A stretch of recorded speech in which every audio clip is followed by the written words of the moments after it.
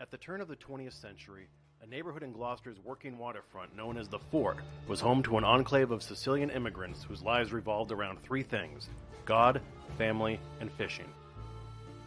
Gloucester was America's largest seaport, and work was plentiful. Immigrants arrived for a hard but better life on one of the hundreds of fishing vessels. They were instilled with an unyielding devotion to the patron saint of fishermen, and brought with them an annual religious tradition that blossomed into the most popular attraction in all of Cape Ann. I'm Corey Kukuru for 1623 Studios, and this is the story of St. Peter's Fiesta. In 1926, fishing captain Sal Favazza wanted to replicate in Gloucester a custom from his birthplace of Favorata Terracini of thanking St. Peter for fair seas and abundant catches. He commissioned a Charlestown sculptor to build a statue of St. Peter that, to Favazza's surprise, arrived at his home nearly life-size, standing 5 feet tall and weighing 600 pounds. Fishermen's wives hailed its arrival with a novena, 9 days of song and prayer for their husbands at sea, at the Favazza's backyard. But the fishermen's wives wanted the statue to be honored the way it was in the old country, by taking it outdoors, mounting it to a platform, and parading it around the fort so every family could rejoice. Women collected $1 from each fishing boat and built a proper altar to rest the statue. In June of 1927, in accordance with the Feast of Saints Peter and Paul, a Roman holiday of public worship, St. Peter's Fiesta began. The Fort families opened their homes with endless amounts of food and wine. Decorative quilts and bedspreads hung from windows. Opera blared through the streets. The fishing fleet stayed in to celebrate, every boat painted and bannered. They went to the water's edge and blessed the statue, signifying the start of Fiesta. Fireworks were launched off Pavilion Beach as fishermen, dressed in all white, carried St. Peter on their shoulders, marching and chanting, "Vamos, vamos, tu te muda! Viva San Pedro! Vamos, vamos, tu te muda! Viva San Pedro!" As Gloucester began to embrace this new occasion, organizers wanted St. Peter's Fiesta to last multiple days and rival Boston's famous Fisherman's Feast, an annual citywide festival in the North End. The first order of business was to build a spectacular altar that could fit the statue, musical entertainment, and a Sunday benediction. Emilio Matarazzo, a contractor who ran a warehouse with his 4 sons in Chinatown, became Fiesta's official decorator. The Matarazzos strung lights along Commercial Street and built jaw-dropping altars that mimicked famous churches along the Mediterranean, such as the Avellino Cathedral in Sicily and St. Peter's Basilica in Rome. The first altars rose above the homes along Beach Court, standing 70 feet tall and 50 feet wide. Hundreds of yards of cloth, paper, and foil were pinned to the massive shrines. 10,000 electric lights lit up the night. To the people of the fort, it was heaven on earth. In the 1930s, games and competitions for kids and adults began to take prominence. The most popular event in Fiesta's early years was the seine races off Pavilion Beach. At that time, purse seine fishing, yes, we pronounce it seine, was the main fishing method. Seine fishing nets are dropped vertically in the water, their bottom edge weighed down with heavy rings, their top edge floated at the surface with buoys. A line runs through the rings, and once the nets are filled with fish, they're pursed up by the seine boat, then hauled onto a bigger boat. Seine boats held an entire fishing crew, and since the fleet stayed in for Fiesta, challenges amongst fellow boats became inevitable. Prizes in the first competitions were gold pieces worth up to $10. Crews today, including women's teams which began in 1995, and juniors, row in designated seines named Nina, Pinta, and Santa Maria towards a flag anchored half a mile off Pavilion Beach, before making the 180-degree turn and racing ashore. The first to reach the beach wins an American flag. Second place earns an Italian flag. But the real prize is the bond amongst the rowers, and bragging rights. Contending crews bust each other's chops decades after the races are run. The other featured competition, the Greasy Pole Contest, is another custom from Italy that remains Fiesta's biggest crowd pleaser. Pole walking and climbing, as a measure of manliness, became popular in Europe centuries ago. Contestants walked or climbed poles slathered in mud, animal fat, and fish oil for a chance to snatch prizes like fresh food. The first Fiesta contest took place at the playground area of the fort, the pole jutting out from the rocky shoreline parallel to the ocean's surface. As Fiesta became a larger spectacle, the pole was moved to a platform 200 feet off Pavilion Beach, with a 40-foot telephone pole covered in biodegradable grease. Contestants in costumes walk in honor of someone in the fishing fleet, usually a relative. They take turns trying to grab a flag nailed to the end of the pole. There are 2 rules. Don't grab the flag during the opening courtesy round, or you'll get a beating, and keep an eye on the person walking before you. The event spans 3 days, with Friday's winner advancing to Saturday, and Saturday's winner advancing to Sunday. Sundays are reserved for champions who compete until they retire. When the flag is finally grabbed, the champion swims to shore, is lifted on the shoulders of the other walkers, and carried to the altar. The champs, like the same boat race winners, become part of Fiesta legend and lore. The true spirit of Fiesta, purists will tell you, is rooted in religion, and for decades, the highlight of the festival has been the Sunday procession of St. Peter's statue through downtown Gloucester. Months before the parade, families assemble ornate floats that recreate biblical scenes and sew homemade costumes that depict angels, saints, and other religious icons. The morning begins with an outdoor mass at the altar in St. Peter's Square, adjacent to the fort. Then, Fiesta committee members in their all-whites lead the 2-mile parade with marching bands, dignitaries, and all of the family floats. Thousands line the streets, many dressed for church and wearing symbolic buttons. The route includes stops along the city's Catholic churches, where St. Peter is blessed by clergy, St. Anne's Parish, and Our Lady of Good Voyage in Gloucester's predominantly Portuguese section. In fact, the Portuguese community introduced a hugely important part of Fiesta, the blessing of the fleet. As World War II neared its end, the congregation at Our Lady of Good Voyage began the ritual of marching a statue of the Virgin Mary of Fatima to the end of the state fish pier at Gloucester's Inner Harbor. There, clergy from the Archdiocese in Boston blessed hundreds of gathered vessels, calling each by name. The Italian community began to participate and slowly adopted the blessing into Fiesta. 2 marginalized and sometimes rivalrous immigrant communities came together.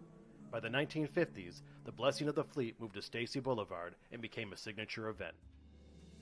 Fiesta ends with a final late-night procession as St. Peter is returned under a hail of confetti and song from the altar to his usual resting spot inside the front window of the nearby St. Peter's Club. Today, a public novena featuring the very prayers and songs recited by fishermen's wives a century ago lead into a 4-day carnival that helps support the Fiesta and its activities. The fishing fleet is just a fraction of what it used to be, and the fort has evolved from a cozy Sicilian neighborhood that always had a full plate for passerby and never locked its doors. Locals keep that spirit alive through cookouts, reunions, and parties. But the meaning of St. Peter's Fiesta remains steeped in the fort's old country beliefs: God, family, and fishing. So if you find yourself in Gloucester late in June, like tens of thousands of others, look for the altar with a life-size statue, wear something red, white, and green, grab a Eats, and follow along when you hear the chant, Viva San Pedro! Viva San Pedro!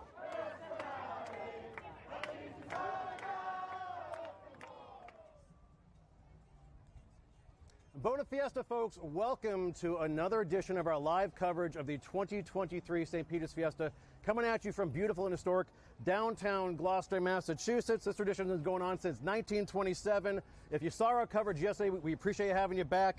Thanks for doing that for us, too. We are coming at you live from Pavilion Beach, the loft at Pavilion Beach, as a matter of fact, right next door to the beautiful Beauport Hotel. I'm your host, Corey Kukuru, the Italian Leprechaun, here with you all weekend long.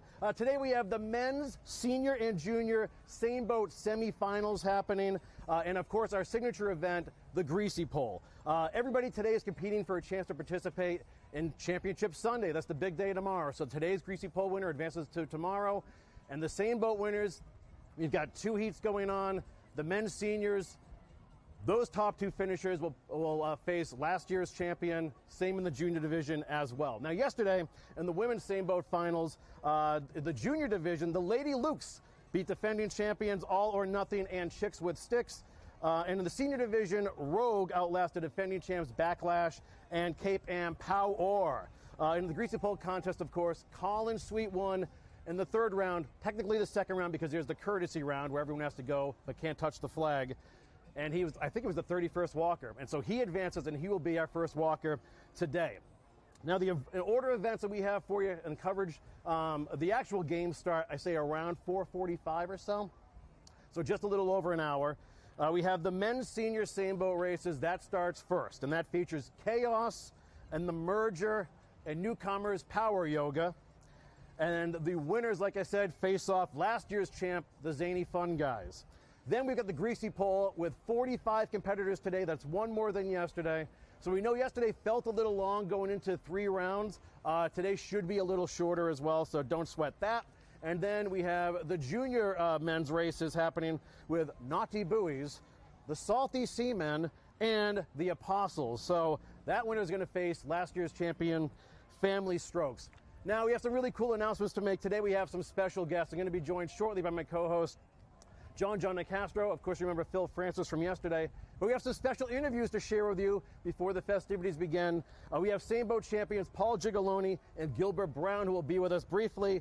Also, for the Greasy Pole, we have Steve LeBlanc. He won his first title in 1993, exactly 30 years ago.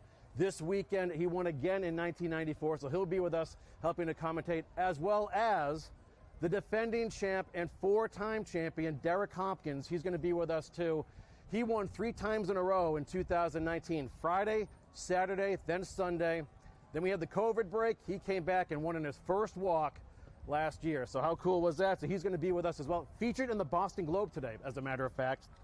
So cheers to that. Now, got to tell you who today's broadcast is brought to you by, Bridge Cape Ann. That's me. And we help promote Cape Ann, which includes the city of Gloucester and the towns of Rockport, Manchester by the Sea, and Essex. If you want to learn more, you can just give us a little like or follow here, or a little boop, or find us at bridgecapeann.com. I'm also producer and a host for 1623 Studios. That is a local public access station serving Cape Ann. You can learn more about us at 1623studios.org.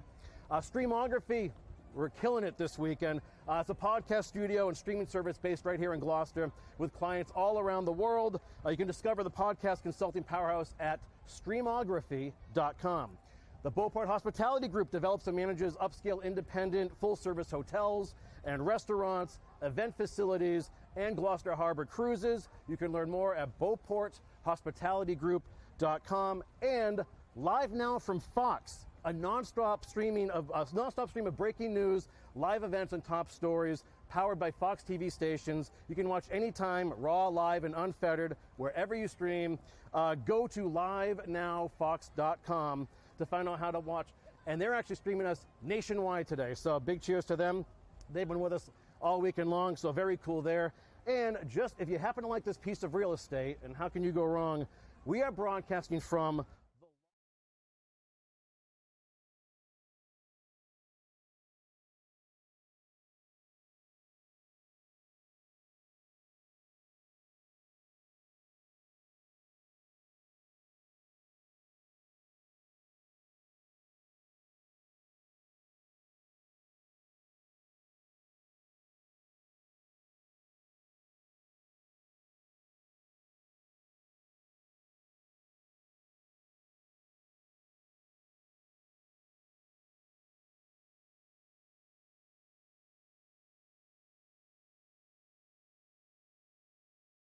Pavilion Beach.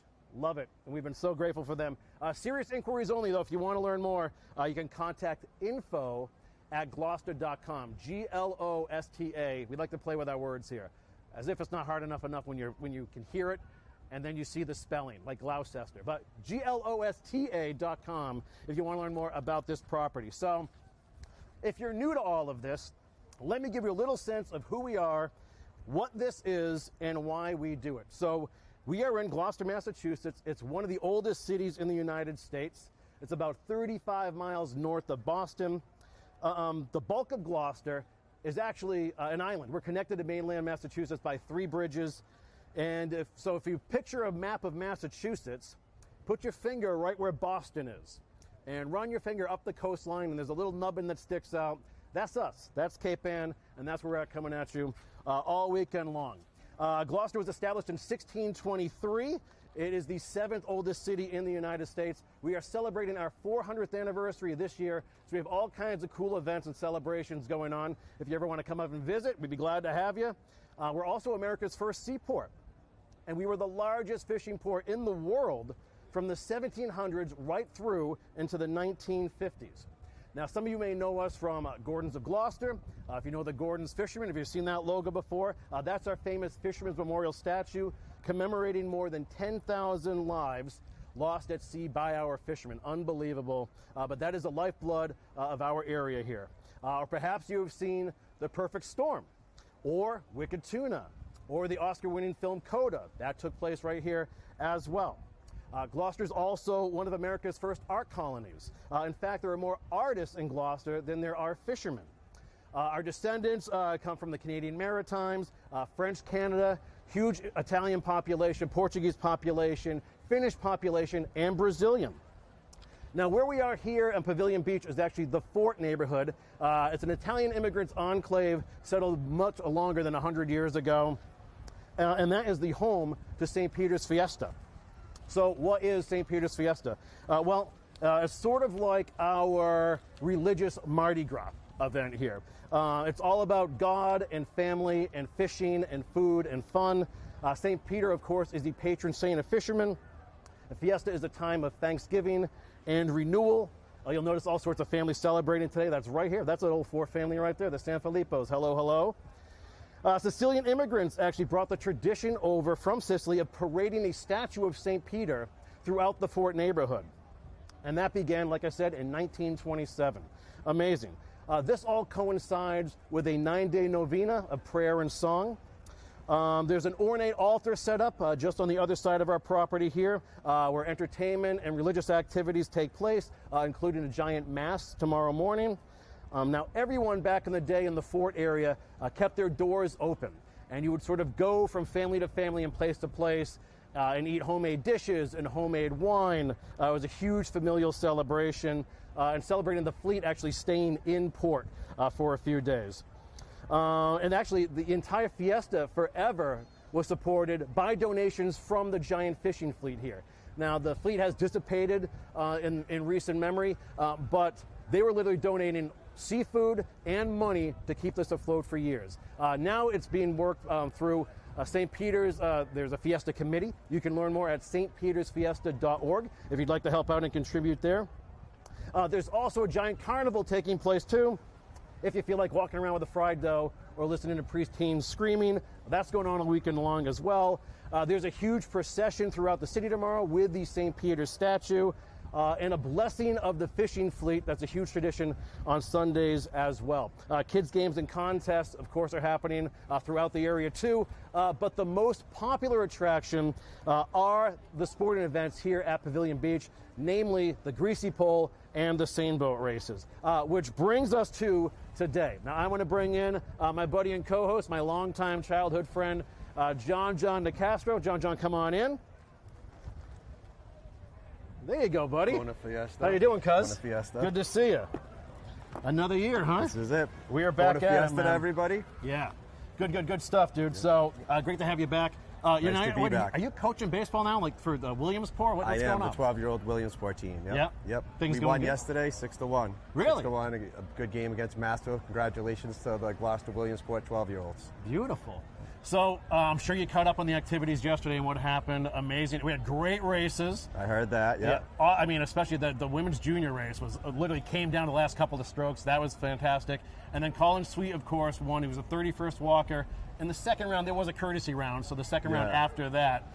And he'll be our first walker today. I did. I heard that. I heard it was entertaining. Going through 2 full rounds is always entertaining. You see a lot of good walkers, a lot of good falls, a lot of good splashes, a little bit of everything.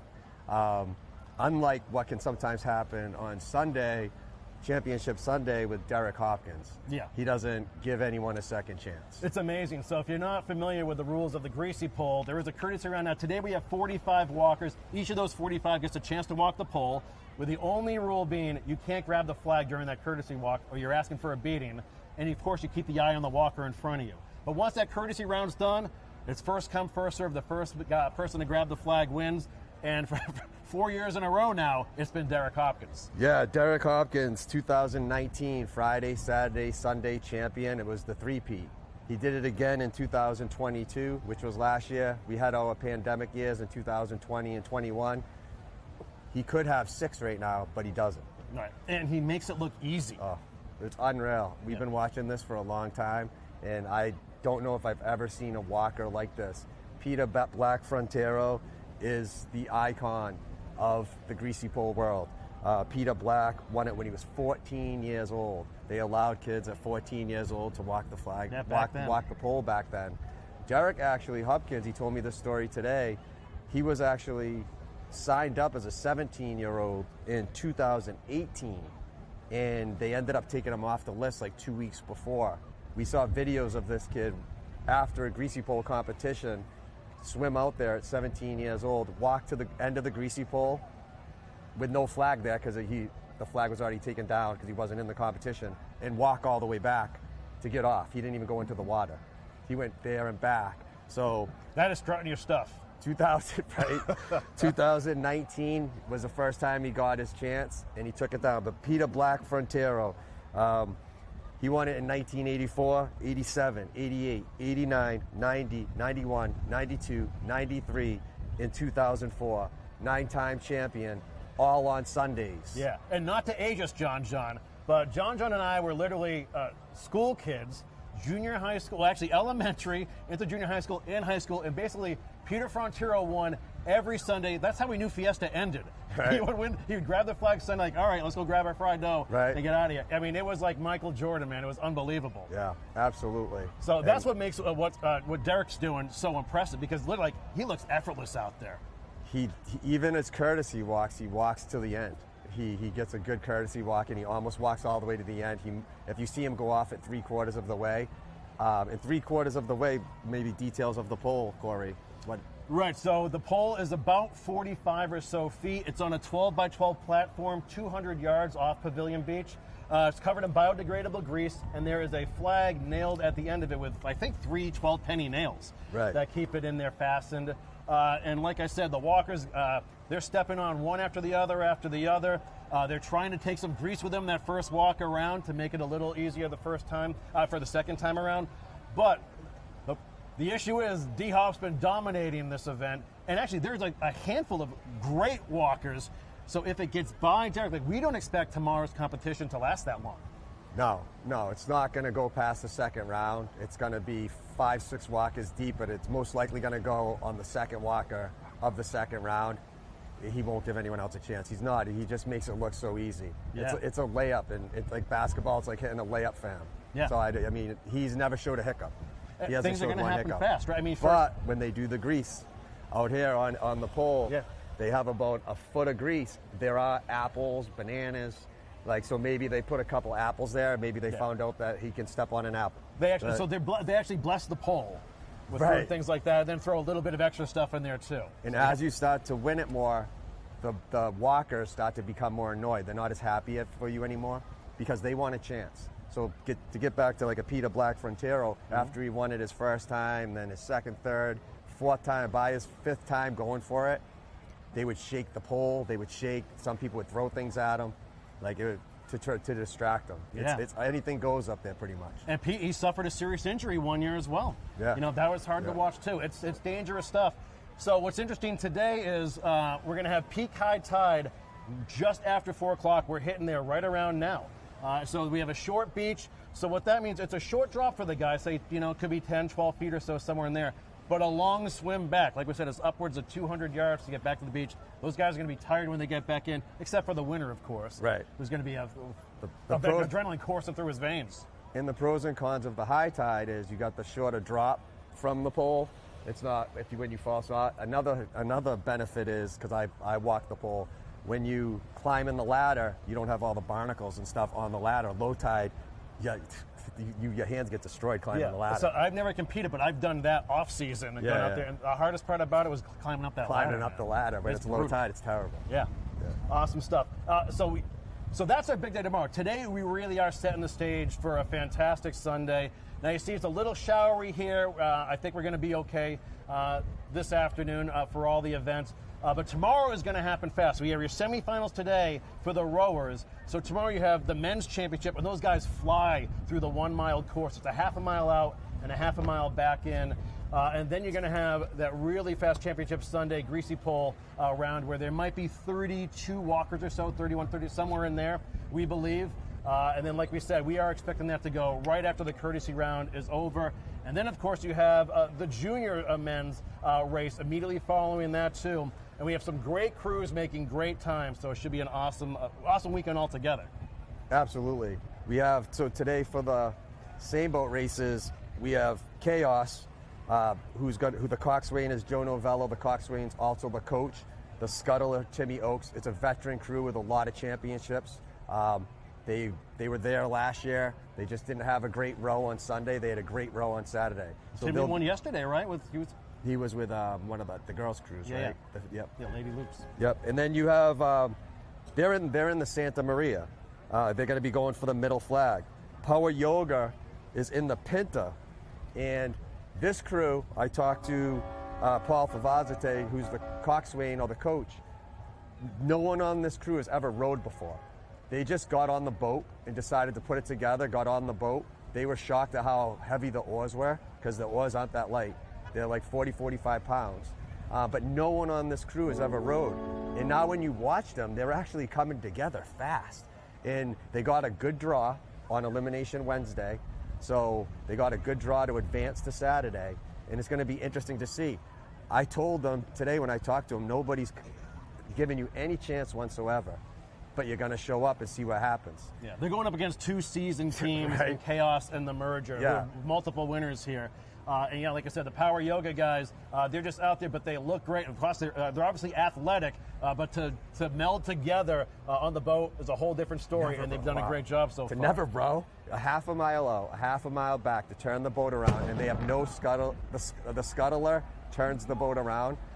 The scuttler's never done it before. That's amazing. It's crazy to be able to do that. That's not easy to do. It's the hardest job on the boat is steering the boat. When we bring out Phil, self-proclaimed greatest same boat person in the industry, he'll tell you all about the scuttling, and how it's. But I will give Phil this one piece of credit. I'll give him is that the scuttler definitely has the hardest job on the crew. We understand that Phil might have had another scuttling win this morning, as a matter of fact. But I'm just throwing it out there. A blind squirrel always finds a nut. It might come up in the course of the broadcast. He's just looking to be on any crew. If there's a little children's crew, he's just looking to get on something. He'll do it. But we have the Merger also in the Nina. The Merger is just loaded with champions. When we go through the list and the names, it's just loaded with champs. They're the favorite today. Chaos is probably going to finish too. And Power Yoga, we'll see what they can do. Yeah. I give them respect. That's the law. A lot of respect. Absolutely. So are we going to speak with Paul and Gilbert? Yep. I told them they should be coming up anytime. We might want to send Phil down to get him. He's our juice box guy. Yeah, Phil, whenever they're ready, we're ready for them. And we'll just go over some stuff as well. So we could go over some of the same boat rules and then the greasy pole rules because it's a little eccentric, right? So this is derived from purse seine fishing. That's why we know it's like the River Seine, but we pronounce it seine boat fishing.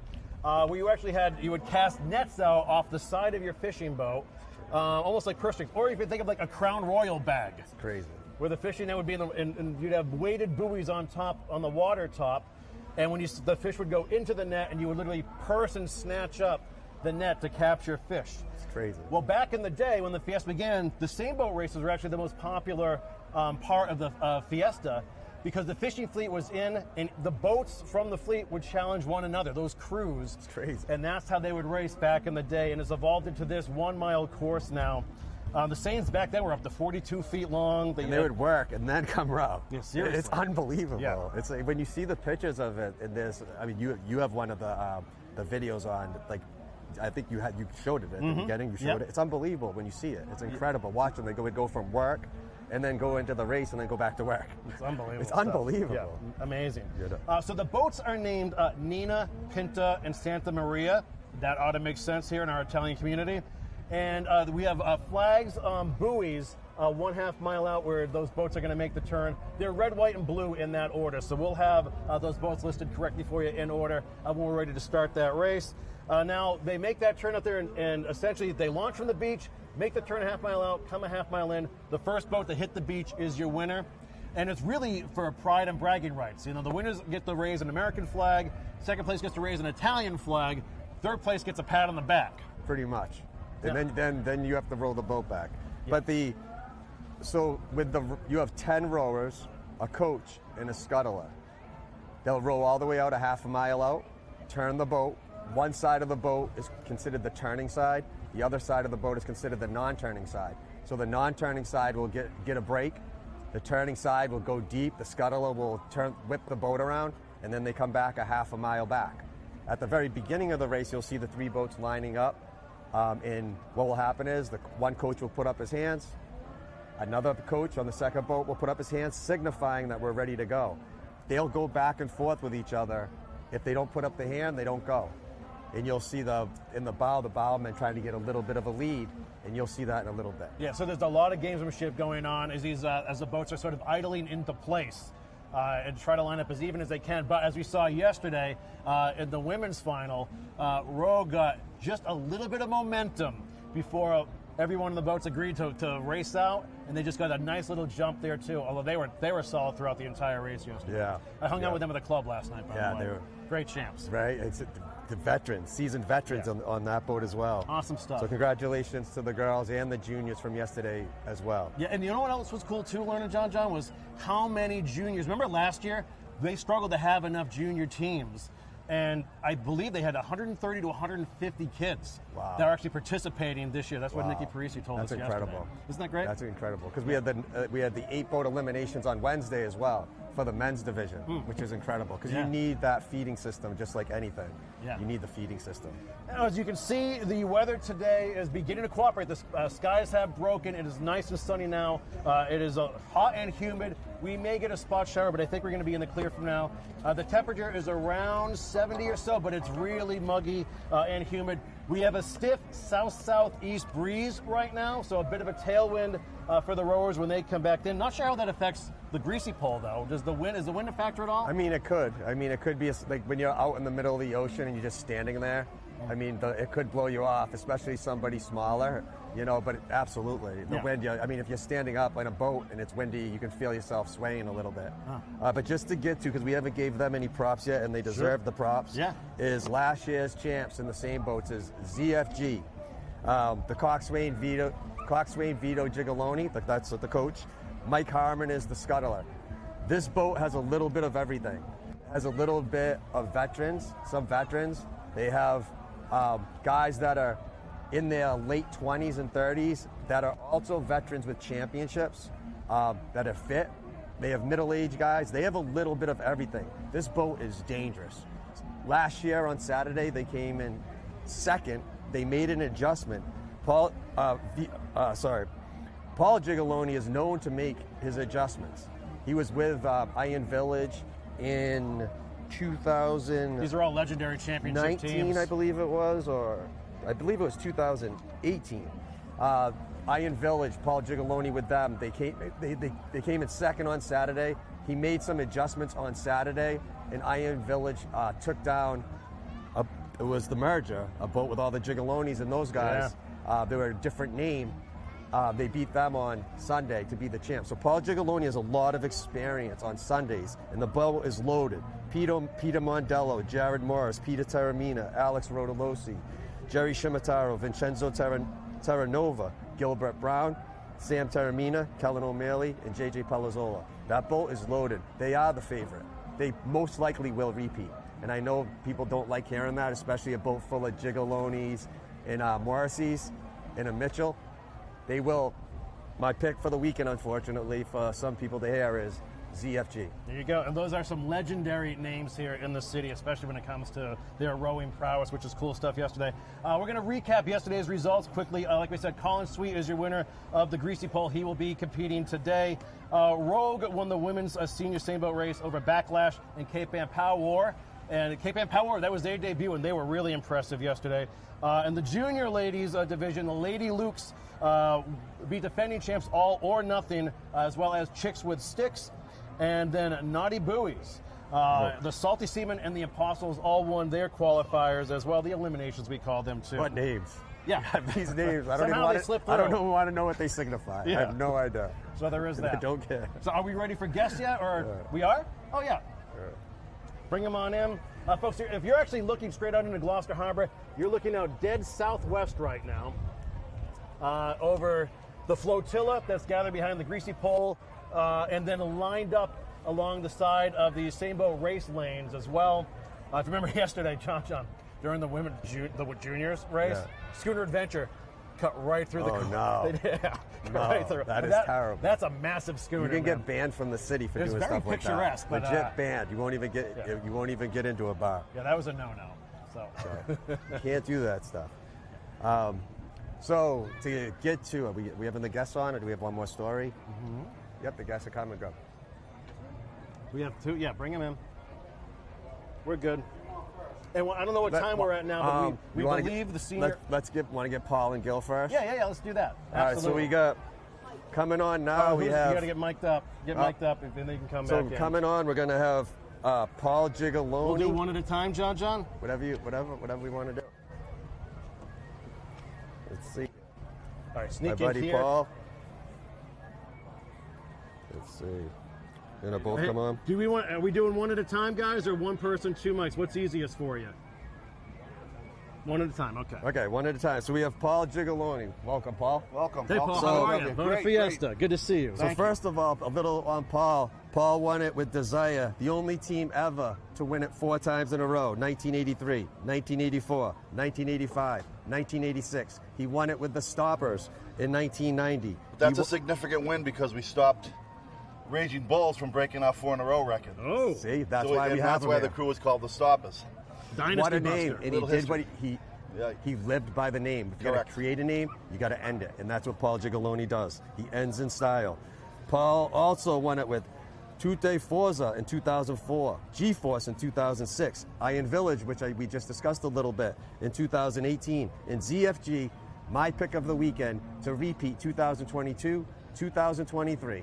Take over. Well, that's nice of you to say, Johnny, and I hope we do. I mean, great competition out there. I give credit to all the other crews, but I do believe that we have a really special team this year and very focused, so I'm looking forward to an amazing race tomorrow.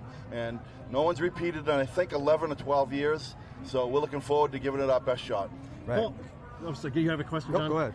I just want to know, tell me what rowing means to you and your family. Oh, rowing means to me, I have an article in my pocket, actually, that I'm carrying around. My father repeated in 1956-57, so that's what it means to me. Really? I go all the way back before I was born, and my dad and my godfather and my relatives all rowed and were fishermen. It was a completely different sport then, but similar, right? And it's gone to a whole new level now, and it's been in my family and in my blood as long as I can remember, so I'm very proud to keep the tradition going. Yeah, it's been great. And Paul's a coxswain or the coach. We know in sports how important the coach is, Paul. Yeah. So like I was telling them the year you guys won it with Iron Village, how on Saturday you came in second, major adjustments on Sunday, and you did the same thing last year. How do you do it? As you know, John, I've played sports my whole life, right? From hockey, UMaine, and a bunch of stuff. So I kind of get a good feel for what the guys. It's hard to understand what 12 guys are thinking. But after a while, you start to get the vibe of the team, and you know their buttons to push to get them motivated. And unfortunately, or fortunately, we've lost 2 Saturdays and then ended up winning Sunday. Right. So And sometimes we make that adversity work in our favor and a little motivation. Right. And so we were talking a little bit about at the beginning how the coach puts his hands up when they're ready. Right. So there's 3 boats, the Santa Maria, the Nina, and the Pinta. Who they flip a coin on who, like how do you know who puts up their hands first, second, third? No, it's just judgment. It's like jockeys, you know.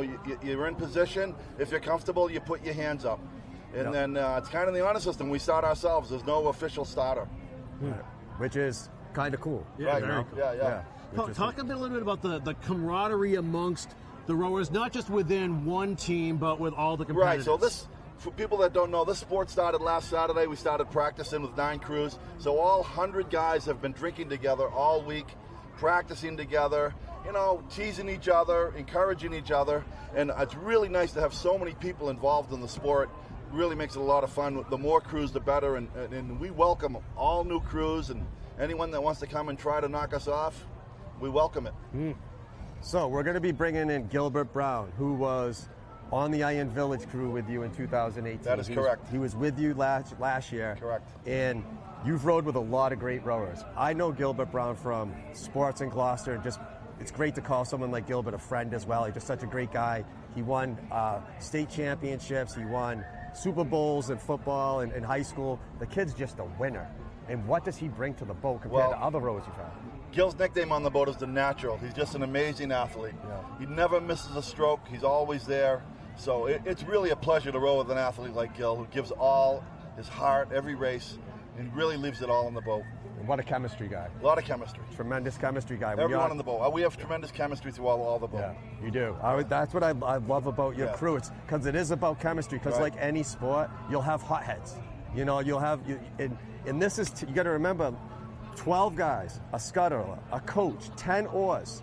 All 10 oars have to be in the water exactly the same time. Someone could have they could be looking out of their peripheral vision and see a boat making a move, and they start to breathe a little too much, everything. These races are so close. John's correct. One little mistake can cost you the race. So you got to be hyper focused and locked in.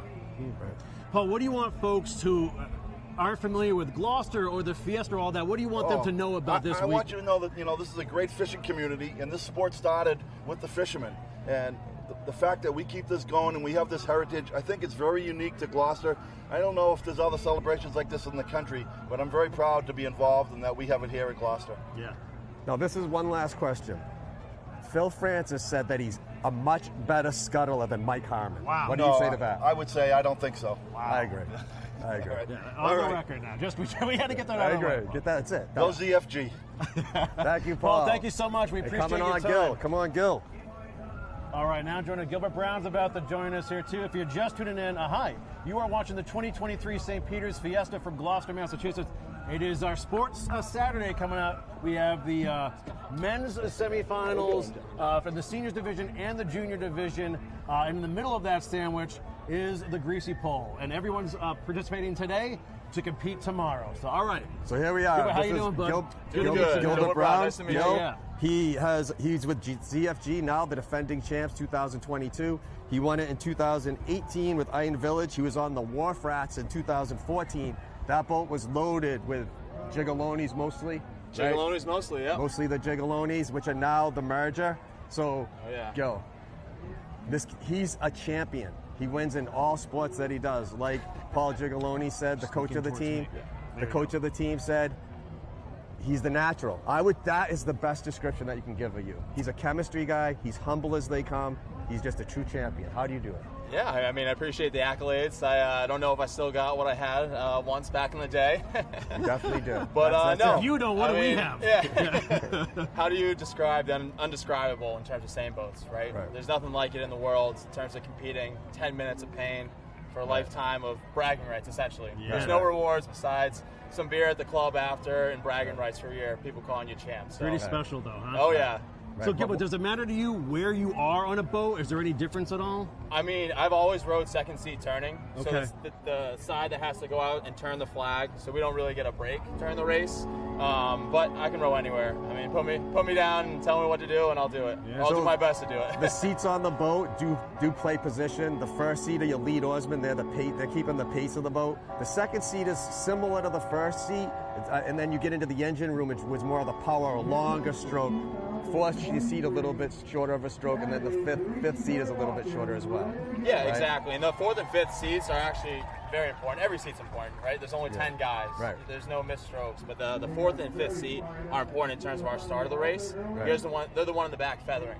Right. So when you see the race go off here, you'll see guys in the back doing little short strokes. Yeah. And that's to get a little bit of an advantage at the start. So it's the fourth and fifth seat. We thought it Fourth was and just the fifth. fifth, but it's the fourth and fifth now. I like that. So, I mean, That's I don't want to give too much College Gigaloni at its strategy away finest. too early, but, you know, sometimes the Right. fourth gets involved in the mix. Well, Gilbert, what got you involved to begin with? Sure, yeah. So Vito Gigaloni Sr., who's the captain of the merger, got me involved. His youngest son, Mark, and all of our buddies in high school, I think we were 8th grade freshmen, so 13, 14 years old. He said, hey, I got a good sport for you guys during the summer, keep you busy, and haven't stopped since. I think it's been 17, 18 years, so always this energy in Gloucester. End of June, getting excited, rolling into the 4th of July. And Yeah, Viva Fever. Oh, Man. Viva Yeah, Fever it's is a real here. thing. Oh, yeah. Yeah. And you can actually see the greasy pole walkers are trolling Oh, yeah. through the harbor now, If you- preparing to get out to the I was saying, platform. if you can't see him, you can hear him from downtown. Right, so. Yeah, very cool. So, give us like Gilbert's keys to the race today. What is it? I mean, For keys to Zia- the race. for today, Yeah. and for you guys tomorrow to repeat. I mean, we got a little bit of an underdog with Power Yoga coming in. First year crew this year. Never rode. Never rode. 10 guys. So Unbelievable. 10 Crazy. guys, all great athletes. Obviously very pliable, flexible from Power Yoga. So Yeah. they rode really well Wednesday, got to the eliminations today. So I think for them, just keeping up the pace of the race with the merger and also chaos is going to be instrumental if they want to pull out an upset today. Yeah. Right. Absolutely. So, same question for you. Phil says that he's a much better scuttler than Mike Harmon. What do you think of that? I don't know. I've never rode with Phil. Would you? So you never know. Things change in the future. I mean, I'm happy with our crew. If Phil, though, like, not even now, if it was back in the day, would you row with Phil? He's a chemistry issue. He's kind of like a Terrell Owens. Would you? It's a hard thing to say. I mean, how do you I'm going to rank? take the silence as a no. Okay, that's it. That's it. Hey, Gilbert, so, hold on. Here Ball's comes back. Paul. The answer is no, we wouldn't row with Thank Phil. you. Thank you. That's it. Hey, Gilbert, so what are you looking forward to tomorrow? What can folks expect? I mean, I think folks are expecting a tight race. I think we're going to give them, excitement, pole to pole. So when I say pole to pole, I mean this pole right here, the Fiesta, all the way up to the flags. So it's going to be a tight-knit race the whole time. Whoever wants it more is going to win. Do the conditions matter at all? No. I mean, they do matter a little bit, but I'd say you got to overcome objectives or adversity in sports. Everybody knows any sport you have, there's going to be injuries, there's going to be people who aren't 100%, conditions, etc. Yeah. I think those are only excuses at the end of the day. Well, Yeah, how who's about now coming we in? have peak high tide right now and a stiff breeze from the southwest. How would yeah. that affect today's race? It's going to be a fast race coming home. Yeah, Yeah. So if we got a southwest coming in, it's going to be a little slow out there, so it might look a little slower. Then it's going to be a dramatic finish. So There's the Pinta. I mean, you got to get people rocking on the beach, and that's the only way to really finish the race. Because when you're dead tired, you hear the crowd just getting into it, and everybody, once you hit this alley of boats tomorrow, it's something else, and it gets you there. Trust me. What's that feeling like when you hit the beach first? There's nothing like it in the world. I'll tell you what. I mean, I played every type of sport, and I think rowing is the most addictive, for sure. Yeah, rush. Who do you like today? What's your pick of the day? I mean, I think I'm a bit biased because I rode with all the Gigalonis for 15 years, so I'm going to say the merger. I think the merger is going to come out on top, behind, and then Chaos, and then Power Yoga. Yep. If I were to rank them. Here's the Pinta right here. This is Power Yoga. 10 guys that have never rowed before. Unbelievable. A coach and a scuttler with no experience up until this week. That's badass. It's incredible. Oh, yeah. Tackling the Unbelievable. undaunted. And those guys said they would never row with Phil either. It's a chemistry issue. It's So a chemistry they're going to issue. be in the Pinta, right? And Yep. in the red course. Does the lane or the boat make any difference? We knew there were issues with one boat having a little water in years past, but Yeah, so I mean, it makes a big difference. So if you look at the flags, it goes red, white, and blue. So red's all the way on the left. So if there's a big wake from boats coming in that don't really know about Fiesta or just coming in we full saw that steam, yesterday, as a matter of fact. you can get hit pretty hard on the side too, and it really throws you off in terms of going into the turn. So I mean, hopefully race conditions will be ideal tomorrow, but if they're not, we're just gonna have to try to overcome and repeat. Now we have, like I say, about a stiff 15-mile-per-hour breeze or so. Does that mean it's going to be a little choppier going out for that first half mile? Yeah, it will be a little choppier going out, but I mean, this has been pretty mild compared to the years in the past. I remember, I don't know what year it was, but we had to postpone it Sunday and race Monday, so pretty bad conditions. Who's your pick today for the greasy pole? Do you have a favorite? Ooh. Pick for the greasy pole.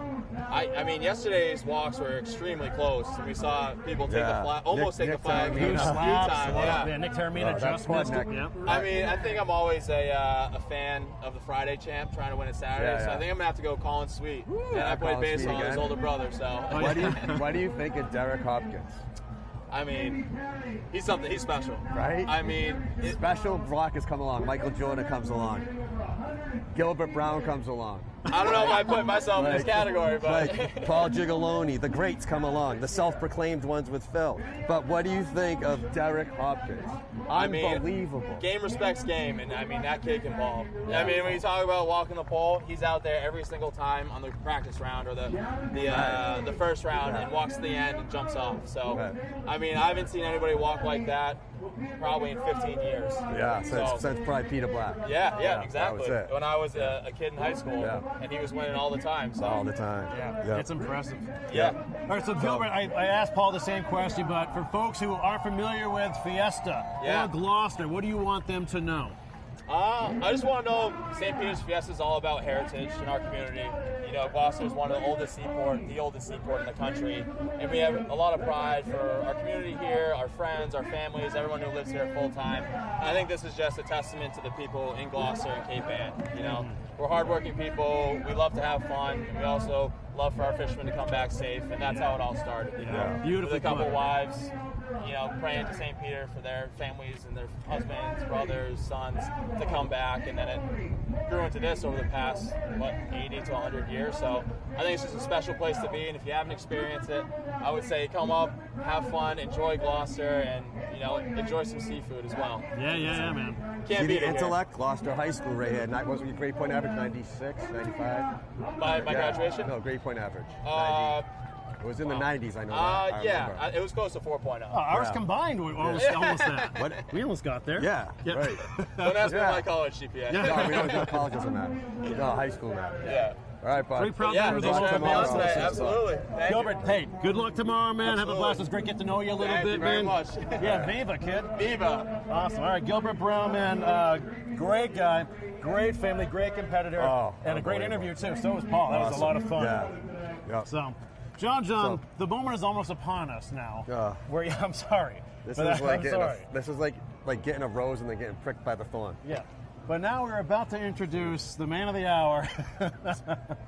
Yeah, I mean, he's the Barkley of this board. I might be Ernie, you might be Kenny the Jet Smith, but now we have our Barkley. It's Phil Francis, 4-time Sainboat Charles champ. Barkley, here he comes. There he is. I love Uncle Phil, here he is. Well, we're going to straighten a few things out here. We're definitely straighten out. Yeah. Oh, look at that. Oh, you didn't even cover the embrace. We're gonna That's good. The folks don't even know. We're going to straighten a few things out here. Never said I was better than Mike Harmon. No, not in TV. Never said I was better than him. But the funny thing is, for a guy, have you ever been in a boat before? Yeah. You know a lot about it, right? I do, yeah. I've been on a boat. Yeah. But those little digs about a squirrel, I went down and I was on the club looking at the trophies. Yeah. Didn't see your name anywhere. No. But I saw it in a few of them. No. I just want to keep Bill Belichick didn't have his name on playing football. He just coached. That's it. I'm just here to coach. And like That's you all. said, I'm the Barkley of this. That crew you're talking about that said they got better. ZFP? No. Power yoga. Power yoga. Everybody has an Uncle Phil, so block your Zero ass. chance. Yeah, we're not saying they have a chance. They don't, but is it easy to just get? Zero chance. This is him. This is Zero what he does. chance. End of story. That would Everyone make has our an Uncle Saturday, Phil. I mean, it's not that you like them or don't like them, but the thing is, I'm saying you respect them for getting to a boat, and they've never rowed before. Oh, I respect them for showing up. There was no respect when you But go, you're chance. giving them That's a not chance in the respect. race. They have no chance. Yeah, but just be respectful. I'm totally. These I are 10 love guys the in fact. a boat right I there. love the fact that Paulie Vavaza is in a Saturday's race. I love that. I love the that fact too. that Paulie Vavaza. So just- but today's entertaining. Yep, Oh, Paul I'm Favaz gonna is entertain today. the coach. Paulie Vavaza's the coach. Paulie knows what he's doing. Paulie's also a good teacher. He's been with a lot of the girls' crews, the women's crews, and now he's with the men's crew because I think he hurt his shoulder because normally he's a steerer, but he had some surgery done on the shoulder. I know how that goes. You got to take that year off or whatever like that. But he has done a good job with a bunch of guys that never rowed before. Unfortunately, they're stepping into a little trap today with the crews they're rowing against. Right. How about the scuttler as Tom is beaten? But you saw don't the know who race he on is. Wednesday, right? Yeah, How did he do? Did you see it? You know something? I really didn't pay attention to that race. I'll tell you race, that. I yeah. really didn't pay attention to it Yeah. because I watched it halfway out, and then after that I was in the judge boat having too much fun to pay attention to also ran races. So the boats are coming into focus here in the harbor. We're about 15 minutes or so away from the men's senior. I like to call it the semifinals. I think that makes more sense. Where the two of the three advance to face Zany Fun Guys tomorrow, the top two finishers. So that's happening. And then in just a little bit, we're going to be joined by two-time Greasy Pole champ Steve LeBlanc, right, 93, and then 94. Alongside Derek Hopkins, four-time champ. He's done the three-peat, and then he won last year. He'll be with us as well for the Greasy Pole. Jordan, sit over there. You can sit right there. You want Jordan? Oh, you want to sit? So anyway, the skies have opened up. It's a gorgeous day down here. If you're watching from home, there's plenty of beach left, although it is peak high tide just passed, as a matter of fact. So there'll be a little more beach as the events goes on today. St. Peter So that'll came help through you out for as us well. again today. Yeah. St. Peter came through. Yeah, it was a crappy morning. No lie. But It's miserable. it broke up nicely.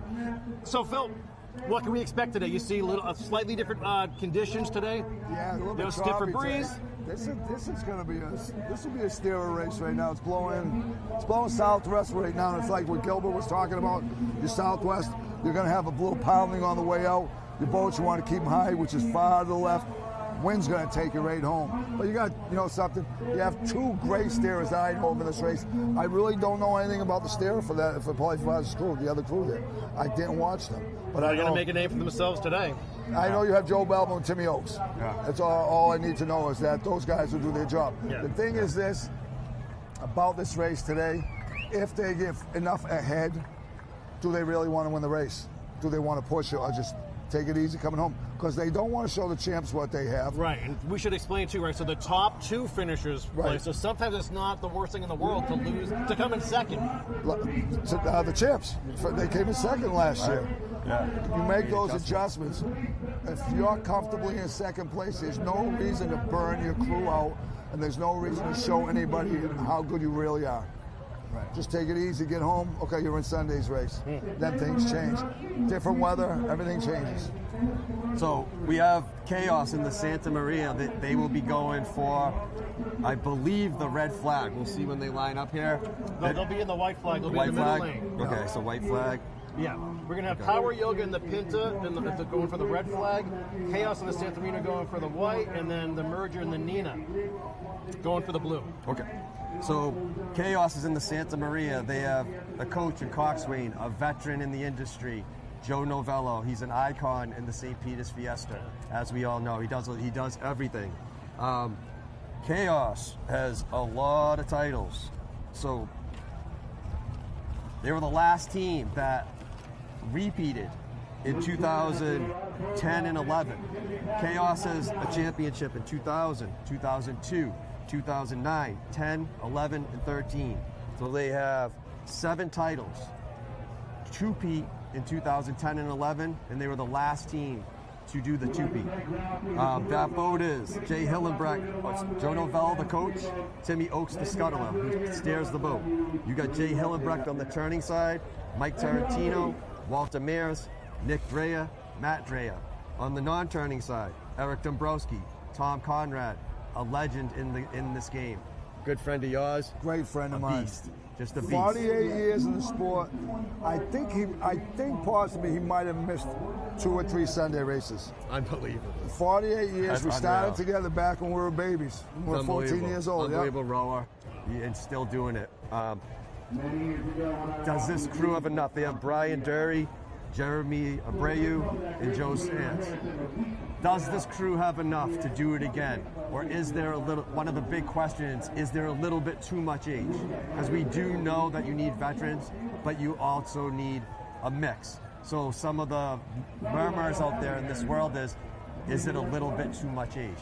One thing I respect with Joe Novello is, he doesn't just cut a guy off his crew.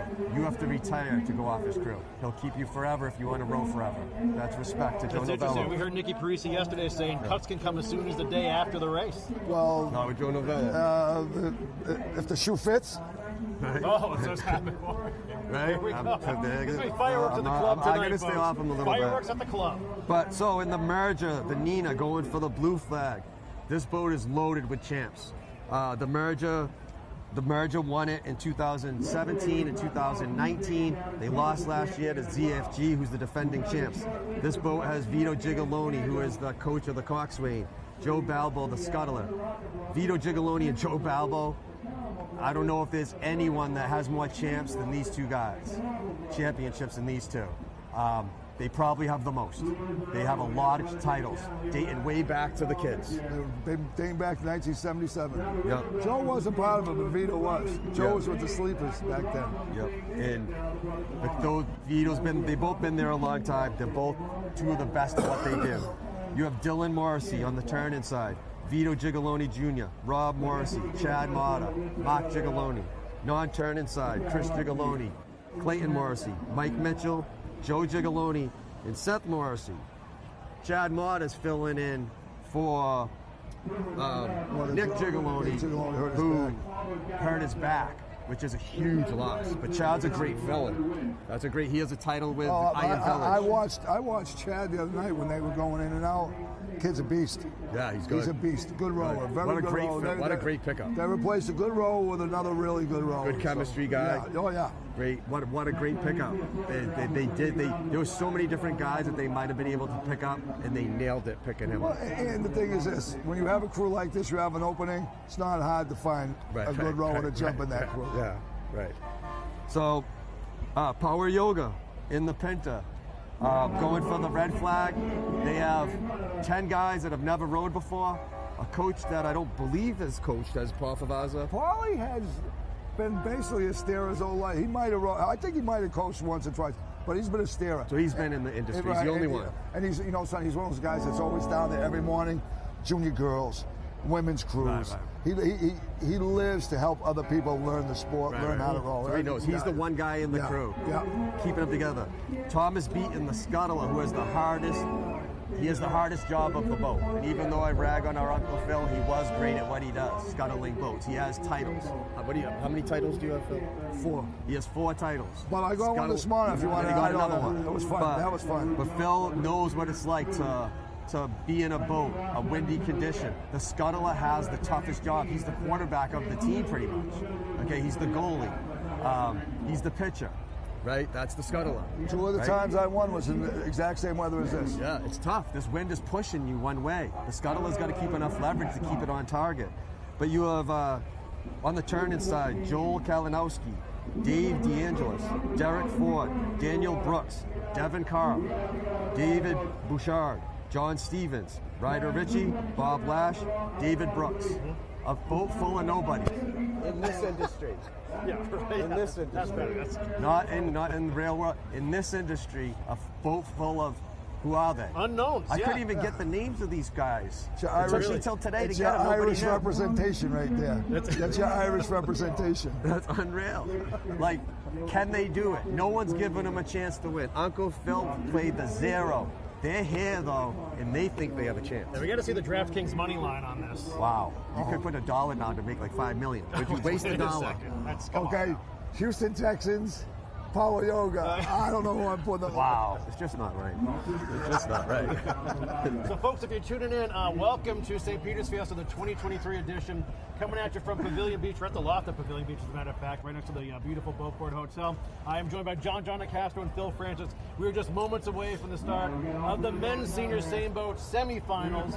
The top 2 qualify for the championship tomorrow against the Sandy Fun guys. Then, of course, we have our Greasy Pole. We're going to be joined by Steve LeBlanc and Derek Hopkins for that as well. And then Phil's going to come back with us for the men's junior semifinals a little later on today. And it is a spectacular day in Gloucester now. So we're just about getting ready to line up here. You can see right here we have the Pinta.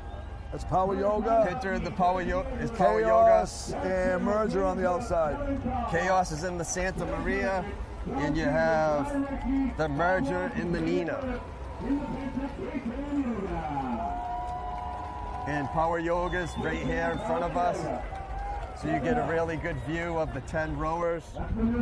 You can see the coach or the coxswain if down here and right in front of us. The coach or the coxswain standing up, and the scuttler holding the oar. So as we're getting ready here, Yeah, Phil, do you want to explain? Can they get us a view of this boat right here? Yeah, guys, get this tight shot of the boats down there, Tyler. I can tell you right now, Paulie's telling his steerer, look at the wind, play the wind. That's exactly what Paulie knows what he's doing when it comes steering. So he's working with this. This guy's never steered before.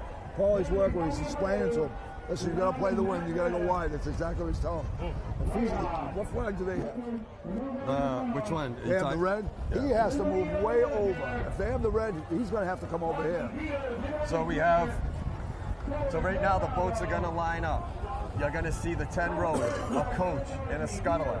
3 boats lining up near the beach. Okay? We're waiting for one more boat. They're going to line up.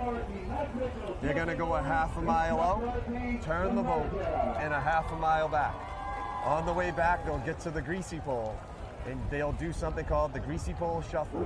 It's a sprint to the finish line. It's when you give everything you have. Phil, tell us the importance of this being a marathon and how you have to pace yourself. It's like a horse race. You have to pace yourself. Your coach, your coxswain, your coach, he's your jockey. He's the guy who's going to tell you, do we need it, don't we need it? If you have a lead, there's no need to kill your crew. If you're even, you might want to give a little extra. You just want to stay with them until 100, 200 yards from the flag. That's when you want to open it up. That's when you want to get around. So people, just think about it. For anyone that's ever been in any form of any kind of boat or kayak or anything, if you have 2 oars in the water and you have one in and one doing one thing and one doing the other, you can't move. I'll tell you who's going to be important today too, the feathermen. Those bowmen, the feather guys, yep. Those bow guys are going to be important today. Keep that boat moving and keeping the boat straight on the start. These boats going to have a hard time. You got a crosswind going to be blowing them down there. Both crews are probably going to line up far left of where they actually want to start. So people know what it's like if you throw something in the water on a windy day and the current starts taking it one way. That wind is what's happening. It's going to take these boats towards the cut bridge. Yeah. Okay, so what Phil means in the bowmen will do something like National anthem.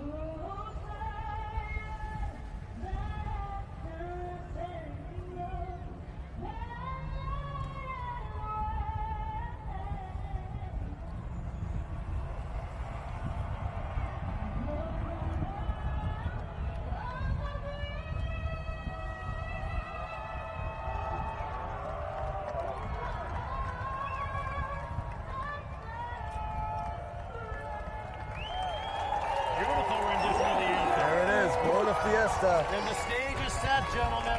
We are getting ready for the men's senior sailboat semifinals. I'm here with John Castro and Phil Francis. Phil's a 4-time sailboat champion.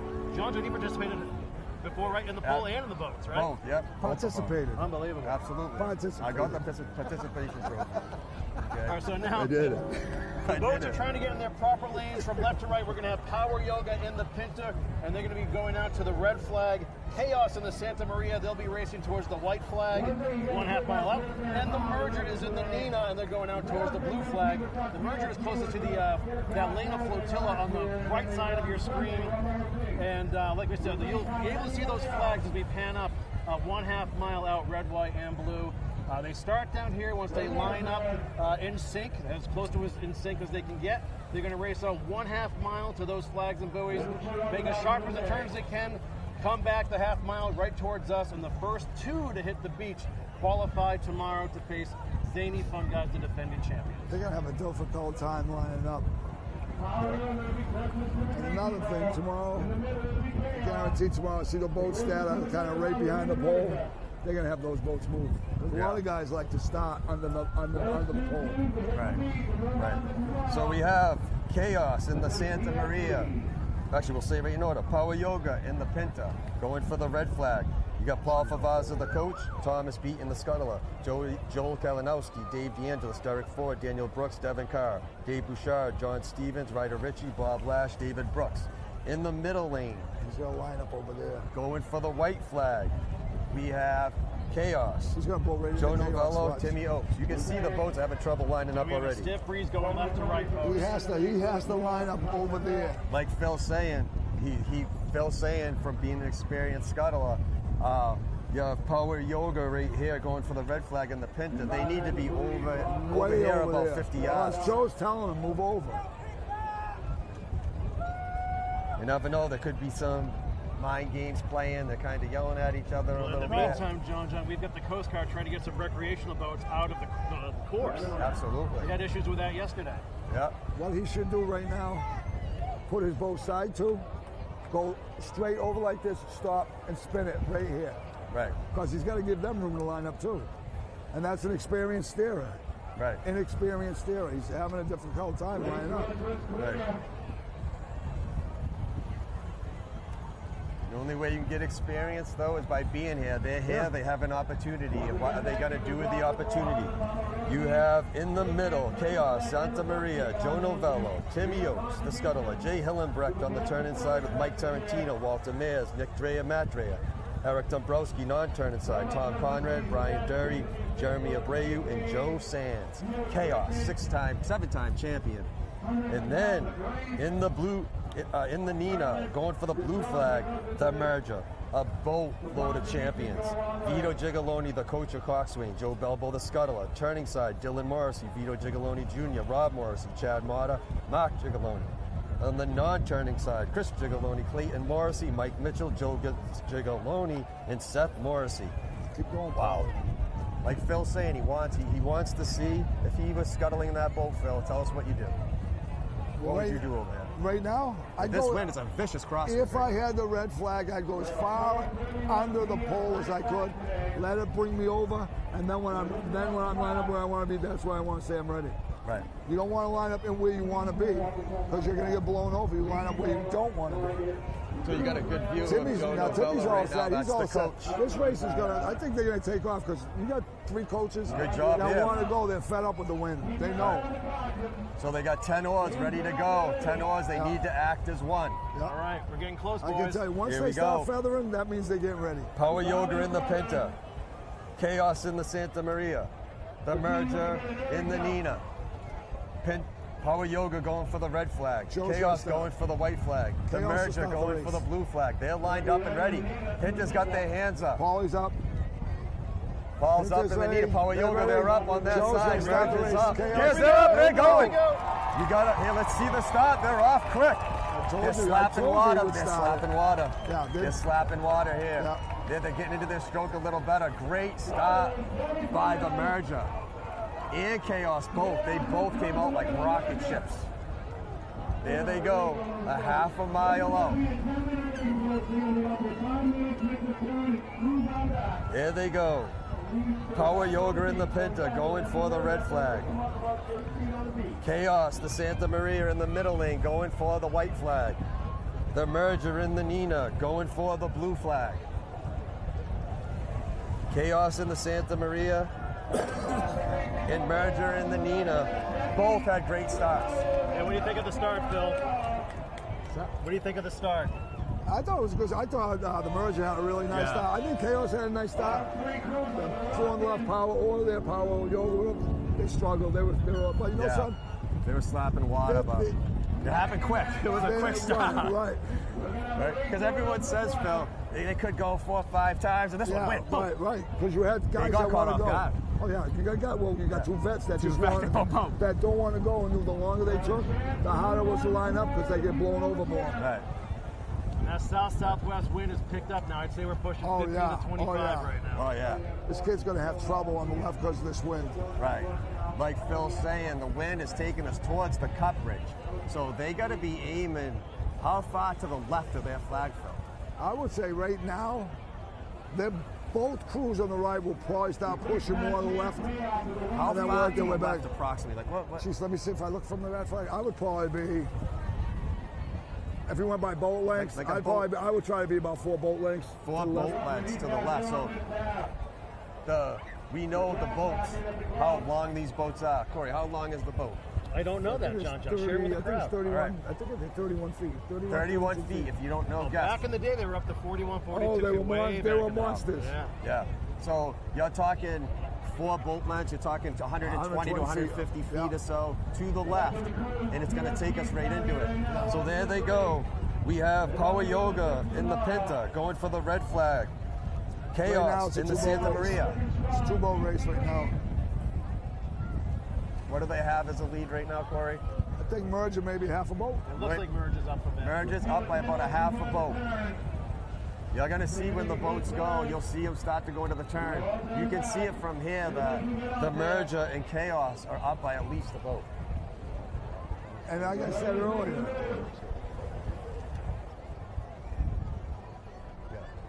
and it's like I said earlier, if they have a big lead over Power Yoga, they're deciding right now if they want to win the race or not, or just get around and come home. So you can see right on the screen to the left, you can actually see Merger and Chaos, the boat, the middle boat and the boat to the right. You can actually tell that they're ahead.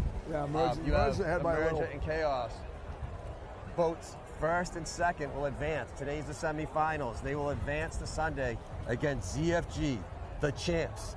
Vito Gigoloni, Mike Harmon, Peter Mondello, Vincenzo Taramina, Jared Morris, Gilbert Brown, Peter Taramina, Sam Taramina, Alex Rotolosi, Kellen O'Malley, Jerry Shimataro, JJ Pelazzo. And we're going to be having Derek Hopkins coming up soon. I just gotta get him up here. Chaos will lead now. I would believe it's probably even then. Because the angle they have in their judge boat sometimes usually half a boat difference. All right, folks, and you are looking live at the men's senior same boat semifinals. The top 2 finishers advance tomorrow. They're nearing the point where they're going to think about the turn here, right, Phil? Is this where they start to think about the turn? This is where they're going to start, yeah. Joe's got a nice course right now. Timmy wants to probably go a little higher, but he'll be all right. Like I said, that's 1/2 mile out. Half a mile in. Make the turn and a 1/2 mile in. And there's a lot of water in front of us today. Peak high tide hit us at just after 4 p.m. All right, let's see. I think the Merger's going to start there first. I know he's setting himself up for his turn right now. There might be a dead heat right now. All right. And at the conclusion of this race, we'll be joined by Steve LeBlanc and Derek Hopkins, Greasy Pole champs, to walk us through the Saturday Greasy Pole. Timmy stayed a great course. Timmy's where he wants to be. Wide to the left. Merger turning first. Merger's going for the edge right now. Make sure he knows where it is. And now Chaos. They're both going. There goes Chaos, and there goes the Merger. And you can see on the turn how far behind Power Yoga is. Power Yoga is just going into the turn. Chaos has a good turn here. Chaos has a great turn. Wow. Oaksy beat him. Chaos has the lead right now. Wow, Chaos got the lead coming home. It's gonna be a Power dog. yoga's It's gonna just be a going dog in. race coming So in. you know how you say like you might want to light up, you just can't. You just want to win, right? Phil, you just want to win the race. You do, but it's a different mentality. Right. Years ago, it was you want to win at all costs, but do you want to cost yourself some gas for tomorrow? Reckon it's over right now. Yeah, they could. Winning this race doesn't mean anything to these guys. No. I can tell you right now, it doesn't. Right. In the body, you need to let your body heal. Gotta there are heal. all the rows out there. Chaos has won Saturday a couple times now. And you got some then guys. You got some guys that are up there in age That's it. that need that. They need the rest. They need the heal. It They might need be that rest. smart for Chaos to lay back. You It's know hard to something? do it. It's It's hard. a It nice is stroke. hard because if they have the lead right now, It's hard. they've been hearing a lot of talk about merger all week. Right. This, that, and no Isn't one's there done. something inside you, Phil? You look across. Oh yeah, there's your rival. There's definitely. But- as much as you want to stop, you're not going to You stop. might just get into a nice stroke though. No moves. Just get into a Oh, yeah. nice stroke. It depends on if you listen to your coach. It depends Just on. a nice It's up to stroke. the coaches right now. It's up to Joe. It's up to Vito. Right. I think Chaos. You know, son. Merger's not even trying to catch them. I think Chaos is going to pull away. Yeah. No, so you have in the middle Chaos in the Santa Maria. So you have what is it? 2-boat lead? Looks like Trying to say that. it looks like They're just coasting home right now. they're just these boats, whoever comes in second and third is gonna advance to go up against ZFG tomorrow. It's a slam dunk on Chaos and the merger advancing. You got to tip your caps to Power Yoga for going into a boat and giving it what they It's have. a game showing here for Power Yoga. Yeah, getting some experience in right now. The greasy pole is to follow this. We're going to have Steve LeBlanc, 2-time champ, and Derek Hopkins, 4-time champ, 4 in a row. And that hasn't been done since Peter Black Frontier. So we have... I'll tell you what. So we got Steve LeBlanc coming on, Derek Hopkins coming on. It is a good showing for But Power we have Yoga. Chaos in the merger advancing to Sunday to go up against ZFG as soon as they hit the beach. And tip your caps to Power Yoga and the Pinta for giving it all they have. 12 guys, 10 guys, 10 that have never rode before, and they make it to Saturday. See what they can do. Good work for the boys today. Yep. A nice tailwind's going to help carry them home a little bit. Yep, they're flying home. Chaos. Chaos in the middle, up by Chaos. at least a boat, minimum. Boat, 3/4 to vote. Yep. So it's really just a formality now, right, Yeah, Phil? both. Neither crew right now is pushing everything they got. The race is over right now. It's just saving for tomorrow. There's no doubt about that. Yeah. And I think they should, especially Chaos, with a boat full of guys that are a little bit old. And Some another of them are a thing, little older. and another thing, we got 2 good Not all. captains, 2 really sportsmanship. They don't want to bury those guys. They don't want to show them up. They don't want to show up Power Yoga because they want them to come back. Yeah, they want absolutely. I like that. I Also. thought of that. Yeah, Jonah Fella's a great sportsman. He Vito, is, he's great. Vito, Phil, don't stop. Here we go. Don't stop. Here we go. Okay. but they don't want to show those guys up because they want those guys to come back. They were one of the 8 or 9 crews, so Right. they want them back next year. Right. So here they come. Joe Novello leading Chaos in the merger being led by Vito Gigaloni. You know what? You got Merger's Chaos coming, too. in the merger. They're going to be advancing to Sunday to go against ZFG on Championship Sunday. They might tie. Yep. They might tie. They're coming in together. The merger. Chaos. 2 boats. A lot of titles. Championships everywhere. You're talking over 100 of titles combined on this boat, these boats. Impressive showing by Chaos. Chaos in the Santa Maria. The merger in the Nina. In a dead heat coming home. In Power Yoga, giving it everything He's they trying. have. Joe's trying to win the race. Well, yeah, He's why pushing not Chaos. pick it in now, right? He's pushing Chaos now. And here they come. Chaos in the Santa Maria. The merger in the Nina. It looks like Chaos has maybe a slight lead, maybe a quarter of a boat. Maybe a nose. Yep, you got a quarter of a boat lead by Chaos coming in the middle lane. You have the merger to the right. It looks like it's going to be Chaos by about 3 boat, maybe 3 seats. Here comes Chaos. They'll be in by about half The a boat. merger is just slowly coming in. The merger just slowly coming in, but it's going to be Chaos on Saturday in the semifinal. Hold on. You have Chaos It's gonna be chaos. Half a boat. Chaos by about a half a boat. The merger now coming in second. And now you come. They didn't cover, did they? I was giving you 10 boats, they didn't cover. And here comes Power Yoga. They are downward It's not dogging their easy. way to the finish here. It's not easy. Houston, Texas. Great effort. Power Yoga. Let's get Steve on and Derek on. Yeah. Hey, Phil, we'll see you back for the I'll be juniors back in a while. semifinals. All right, buddy? All right, buddy. Thanks Good for your job. You expertise. know I love you, right, always. pal? All right. Here he comes. All right, so you see the Let's see who I pissed Century off and the today. Nina. Chaos and the merger. On Pavilion Beach. Is it off? They advance to tomorrow's final against Zany Fun Guys. The Saturday Greasy Pole is about to begin. Joining us now is Steve LeBlanc and Derek Hopkins. There he is. We gotta have to We're going to smush get in tight him. over here, boys. Yeah. Am I supposed to grab that mic? Is that We'll need the get mic? it up for you. Yeah. There you go. All right, big All right. applause on the beach. We have a packed beach today now. Oh yeah.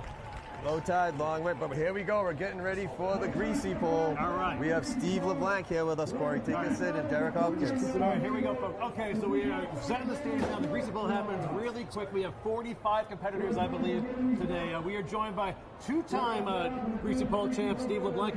30 years ago this weekend was his first one, right? 30 years ago, Saturday 1993, and then 30 years next year, Sunday 1994. So Yeah. you're looking at the oldest champ up there tomorrow and the youngest champ up there tomorrow. So Yeah. Join us, the darling of the You Boston definitely don't Globe, look man. like the Derek oldest Hopkins, up how there, you that's doing, for buddy? sure. Nice to meet you, man. Nice. Yeah, very cool. All right, so we're getting ready to get underway here. So, Derek, how you feeling thinking about tomorrow now? I'm feeling pretty good. Yeah. You know, I'm not thinking too much, just going to get out there and see what happens. Yeah. So we want you guys to talk us through this. We'll be asking questions along the way. What vibe do you get? What feeling do you have? Like, what's going through the walkers' minds right now? I mean, absolute excitement, I would say. Yeah. just Yeah. want to win. That's it. That's your mindset. You know, get up there. It's in here, and it's in here mostly. 95% of it's mental, saying, "I've got this." You know, Like you being out there. I'd say, yeah, a lot of confidence. a lot of confidence. But usually when they call your name, everything else just blacks out. It's you, the pole, the flag. You got no other thoughts for the next 15 seconds. And getting in the heads of some of the other walkers. The young guys. So last night I walked through the Fiesta and I saw some of the other champs, and I'm like, it's going to be an honor to have you carry me up the beach tomorrow. And they were all like, what? And my son's girlfriend introduced me the other day. She's like, oh, he's walking Sunday. I'm like, I'm winning Sunday. So Right. it's Right. a You have to have mindset. that mentality. You have to. Why? And why? It'd be a pleasure to have you carry me up the beach. Why? Honored You're to just as do good it. a shot as anyone. He's an athlete, still in great shape. Yeah. Two-time champion. Derek Hopkins, 2019. Friday, Saturday, Hey guys, Sunday. we're underway. We can actually face this way if you want. So here we go. The first walker was yesterday's champion, which was Call It Sweet. Next is going to be up Leo Canavo. And then we have Frank Taramina. So Leo Canavo, they come out quick. The courtesy round, you cannot grab the flag. So everyone will get one courtesy walk. You cannot grab the flag. Well, let's get back to Derek. 2019, Friday, Saturday, Sunday, 2022. And there goes Leo Canavo. Leo Canavo. Here we go. Good Nice luck, Leo. flash. Cheers Fridays, champ. Okay, now we have Frank Taramina 3. 2022, four-time champion in a row. Steve, first of all, you've walked with a lot of people. I've seen a lot of people. Peter Black Frontiero, a beast. But everybody, but they'll tell you he did a good job. He's doing a good job. That's part of my wanting He's to a be out fucking here. puppet. I said 30 years ago. Quiet. I've walked it with Salvi He's a and fucking Matza puppet. and Peter and Stewie and Jake. There he goes. I haven't walked it with Derek yet. Right. So Ross Carlson coming up. This is a favorite today. Ross It's gonna be Carlson. my bookends. When you see Derek walk, though, have you seen? I don't know if as Pete was incredible, but I don't know if I've ever seen anyone like Derek. Have you? Yeah, every generation is different. Just like baseball, just like basketball, you get these people up there. It's a different sport nowadays. The grease is different. Back then, it was a lot Ross of. Carlson. Ross Carlson. That's my pick of the day. Yeah, there we go, Ross. There he goes. Back then, they put the blue and the black. Joe Braglione. They put motor oil in it and banana peels and everything else. You know, I'm not knocking Derek or anything like that, but it's just every era is a little bit. You know, like Different LeBron. challenges, LeBron right? the greatest, or is Michael the greatest, or is Michael Jordan's the greatest. Yeah, exactly. 100%. Well, you'll be one of the few to have been able to walk on both. Yeah. I'll never get to walk on the old stuff. Yeah. But So I've gotta- it's definitely still slippery, the newer stuff. But The year I won it on Sunday, Peter had walked it 7 years in a row and 6 years in a row. He's going for a big There record. goes Joe Brancleone, another good walker. It was the first year with the new pole. They had put the pole out there and they added an extra foot to it. Yeah. So I was number 2, Peter was Andy number Belbo. 1. And Peter went out and just missed it. And I said, if I don't get it this time, I'm not going to have enough chance. And I walked right off the air. I could have walked to State Sport Park if I had to, but oh yeah, That would have been an awesome that's okay. walk You get if one had shot. That's it. one shot, baby. You know? There he goes, You get Danny out there, Belbo. Next You don't up, always Steve get a chance either, Militello. but if you get a chance, that's it. You got one. Can you do it in that one walk, or else it's over? The guy behind you is going to get it. Yeah, exactly. Derek, did you have flashbacks yesterday from your dad's walk? We saw the flag hanging Oh, there. I- oh, That was one of the certainly, greatest yeah. walks ever. Yeah, he. That's all I could think about when that flag spun upside down. I don't think it's been done since then. Yeah, it happened a few years before too. On Saturday '94, Paul Shimataro had knocked it down, and they put it back up. He actually had the flag in his hand, but the stick, and then Dave Foote ended up. They tacked it back up, and Dave won it. Peter Favazza. Up now. So Derek Hop. Did he get off the platform? That was like Brian Parisi. Brian Parisi walked, I think it was a total of, just say, a 10-year span. I think he had 7 steps in 10 years. There was 2 times he didn't make it off the platform. That's Brian Parisi. They called him one-step Parisi. Whoa, look at that. Who's that? He went out like a... That was like Kelso back in the day. Too, but I saw him throughout the day today. He was ready to go. Who was that? That wasn't Squiggy, no way. That'd be Frank Pacheco. Bobby Montanero's up. I'm praying for Frankie. Frankie's got a big heart, and he's been out there a long time, and it's all He's a good wants to walker. do. Oh That's all yeah, he wants one. I want to see him rip it down. He'd be a great guy to win it, Frankie. Yeah, There goes He represent unbelievably up on Sunday. Hey, we Dominic saw a lot of Novello. tightrope walkers yesterday. A lot of baby steps. Is that a preferred style or? No, you want to go. You don't have to fly, but you can't go slow. You got to be in the middle. Guys were good. Just keep your feet moving. Good momentum. If you're just tuning in, we're joined by a 4-time champ Derek Hopkins going for a 5P tomorrow, as well as Steve LeBlanc, a 2-time winner. His first championship was 30 years ago this weekend. Also, he's going tomorrow. How cool is that? So thanks for being with us, guys. We appreciate it. Of course, thank you. Marky Horgan, a crowd favorite as well. Everyone loves Mark Horgan. Just a great guy. What you guys think of Colin Sweet's winning walk yesterday? Tremendous. He had an awesome walk. There were a lot of I have a classic recent pull walks. Yeah. evidence. Nick Cooper, Nick Taramina, near Oh, man. Comiskey had one of the courtesy rounds. That's Just missed. The diving for the flag is the absolute your dream. You know, you lay in bed at night thinking, I'm going to get that shot, Yeah. and I'm going to jump for it. And a lot. There was a guy after guy. They were getting close enough to dive and just missing it. You know, 2 more steps and they had it. That was a fun pull to watch. That was very fun. Mark Fernandez. The year Mark Allen won it a few years ago, Yeah. and I did pretty good. I got all the way out, You know something? and I said to myself, I got this, and I squared off. And as soon as I squared My off, mother goes, my hey, legs your went mother through goes, the boy. pole, and She loves to talk about I this. just stayed steady. And I would have had another one. There missed. They always get to me. Hey, Derek, have you ever missed the flag before? I mean, there was one of my courtesy walks was maybe 3/4, and I couldn't have gone any further. Yeah. But other than that, it's through the end. What's your secret, kid? Sean Kennedy, Ian Kennedy. I personally, you curl the big toe, and it locks you in place. Then it's a matter of. Can you show us the toe? He goes, whoa. You want to see the toes? Show us that toe. Everyone wants the They toe. want to see the toes. I want to see the toe. And so when you curl that toe, it locks you on the pole. Now it's a matter of keeping the feet moving quick enough, and being able Jody to both balance and recover when you lean too far one way. You have to be able to recover. Right. It's bound to happen as you go down. You're never going to be dead Come back straight the next whole year. way. You do have regulation feet. Yes, they pass. Straight up. Good. I can see the St. Peter's board now saying no more curl There's steroids. toes. I can see that happening. It kind of happens. 100%. It happens. They're gonna have I toe think checks. naturally, but people ask me, and I thought about it as I'm walking and realized that holds you on. Yeah. And then, Oh no! oh, that was the guy in the chicken suit. That was Jody Young. Those are the same size. Tom Prendergast. Love it. Food, a fucking fraud. He'll be serving his beers out at some point this week. Jordan, that was Jody. So I was looking at the Greasy Pole Shrine yesterday, and I was looking through, and I had this conversation before. We've got 13 people in my neighborhood within 4 or 5 streets of each other, like the hubby Made it school at area about growing 10 up, o'clock. that are all Greasy Pole champs. And I did. So we got I had a the blue flag, little right? condensed So area. I like that. I lined them with the white.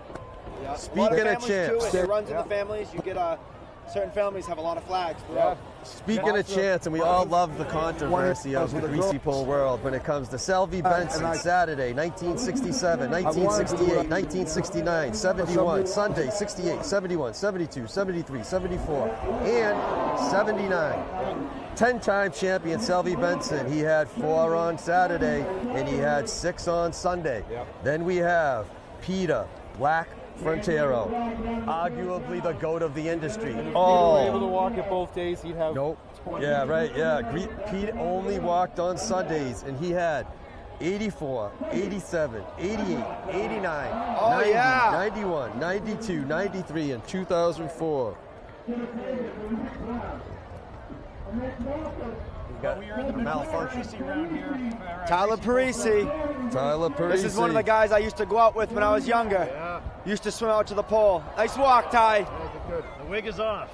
And we got Sean Doan. He's an East Gloucester There was a Viking. few of us. You know, we all in the couple summer titles. we used to swim out to the pole. We'd go out there with makeshift flags, and we'd buy Crisco, and we'd go out there and put the flag on, shimmy backwards, and put the Crisco in front of us. And we'd spend the day out there. Tyler was one of those guys, and there's quite a few more that they all walk. Murphy's oil soap. Am I good? Yeah, whatever you can find. The dish soap is slippery. What are you guys wearing tomorrow? Sean Doan. I've got a Tyvek suit that I've spray painted, and then 2 of my other buddies also have the suits. I grabbed them from work last week. You were supposed to say Nick Castro's driving school shirt. The Castro's driving, yeah. I'm going to be a solid gold dancer. Oh, now we're going. Now we're going. Pretty impressive. Yeah. It's one of my customers' daughter's outfits, and she's 23. So What is it? it's I'm a solid gold dancer. Oh, nice. Solid gold dancer. Really? Nice. You look like Marilyn Nice. The Monroe out costumes are just amazing. It's epic. That's awesome. Mark Smith's up. Mark Smith, Let's see what I he's saw got. him at the club, and he was not walking straight, so I don't know Oh about no, the he's pole. been at it all morning. I've been with him Oh, since no. like 10. Uh-oh. Great football player, great. Oh no, that's amazing. Oh! Marky, that is unbelievable. There we go, Mark. Oh, look at that. That's awesome. That's Peter Black Frontero, 9-time I've got a, champion. 8 in a- Last night. Oh, sorry, 1, 2, 3, 4, 5, 6, 7 in a row, and then in 2004. The front is all red. My buddy is all green. Another one's all white. So when we stand together, we make up the Italian flag. Yeah, nice. That's our costume. Okay. So, Derek, was it your old man that got you into this, or you've always been just a big Fiesta guy? What was it about this? Well, Mike watching Whitney my up. dad, hearing the stories and seeing the videos as a kid is kind of what got me into it. As well as when you live in the town, you come down and watch the event. Father's someone that's done it. And Rich- seeing the event, that just pulled me into it. Rich was a There neighborhood he guy, goes. 1 street away from me. Oh, yeah? Yeah, Jude, Nico, Russell Hines, Marcus the Couture. Verga brothers, Anthony Saputo, the Carlsons. I mean, goes on and on. So was Mike it, Oliver's up. Was it like the neighborhood Just that, like the Mona that Lisa. just grip you and pull you into Well, competing well, too? what pulled me in was my second cousin's Anthony Mazza, Jimbanko. I was just going to tell a story about Matza, Yeah, but so, you so talk about him. when, God when I rest was a his little soul. kid, obviously Fiesta at my Aunt Leah's was epic, and the story I remember was Anthony had gotten into a fight downtown the night before he was supposed to walk. He got jumped. He had some broken ribs. He had a broken nose. He was pretty beat up. My aunt forbid him to go out because he had a brace around his midsection. He was sitting at my Aunt Leah's house. Anthony came up with the flag a couple hours later. He had won it. So I got pictures. I mean, I must have been, it was in the very early 80s. And let me follow up with Anthony Matza Giamunco's story, and I got the story directly from him, God rest his soul, because we heard so many different rumors of when the first round, first of all, is a courtesy round. Nobody can take it. And everyone would hear the stories that lives in this area about a time someone grabbed it and who grabbed the flag. And do you remember the name of the person I don't that remember grabbed the guy, it? but someone grabbed the flag in the first round. And I heard different rumors, so I went right to Anthony and got it right from him. First of all, Anthony won it in 1975 on Saturday, Sunday 74, 77, 78, and 80. Five-time champion Anthony Matza Giamunco, an icon, God rest his soul. And if any of you have seen the iconic photo of Matza standing at the end holding the flag, which could be the logo for the Gracie 100%. Pole. So I asked Matza, what happened on that? Tell me the truth. And anyone that knows Matza, this is amazing. He says, that's incredible. He said, couldn't grab the flag. He grabbed it, swam in. So he swam in after him. He goes, I walked over to him. I said, listen, you can't grab it in the first round. And he said, I grabbed it. And he goes, listen, dude, we got to put it up. And he swung the flag at Matza. And Matza said, you swing that at me one more time, I'm going to give you a knuckle sandwich. He swung it at him a time, and Matza gave him a couple knuckle sandwiches. And then they nailed the flag back up again, and then it got taken down. But you can't take it in the first round because you could get a knuckle sandwich. Okay, not sure who's exactly. up here. And then he brought it back up, they nailed it back up, and they went on. Hey, so Derek, what's winning or just participating mean to you? Because you see how much it means to the community, how it's gaining popularity now. You're sort of at the top of the mountain as we speak.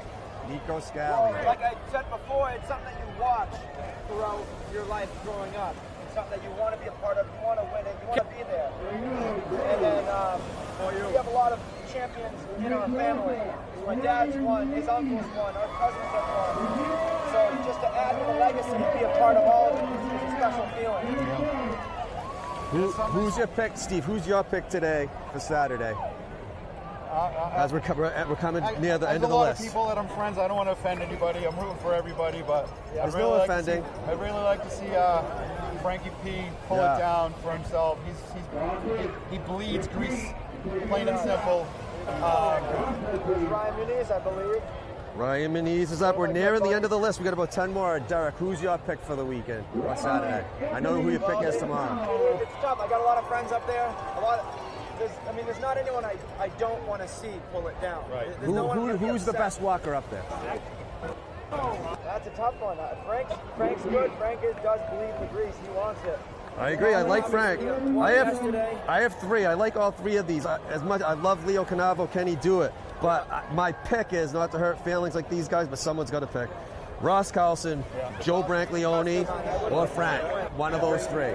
It's going to be Ross Carlson, Joe Branglione, or Frankie Pacheco. One of them. A nice courtesy I guarantee it. And then tomorrow, Steve, I love you, but it's going down. Second pick, second walk, second round. What about Colin? I've got some history of stopping some streaks, but be careful. You know what they did to Peter back in the day? They used to shake the pole on him and stuff as he started to win more. You better surround yourself with the bodyguards.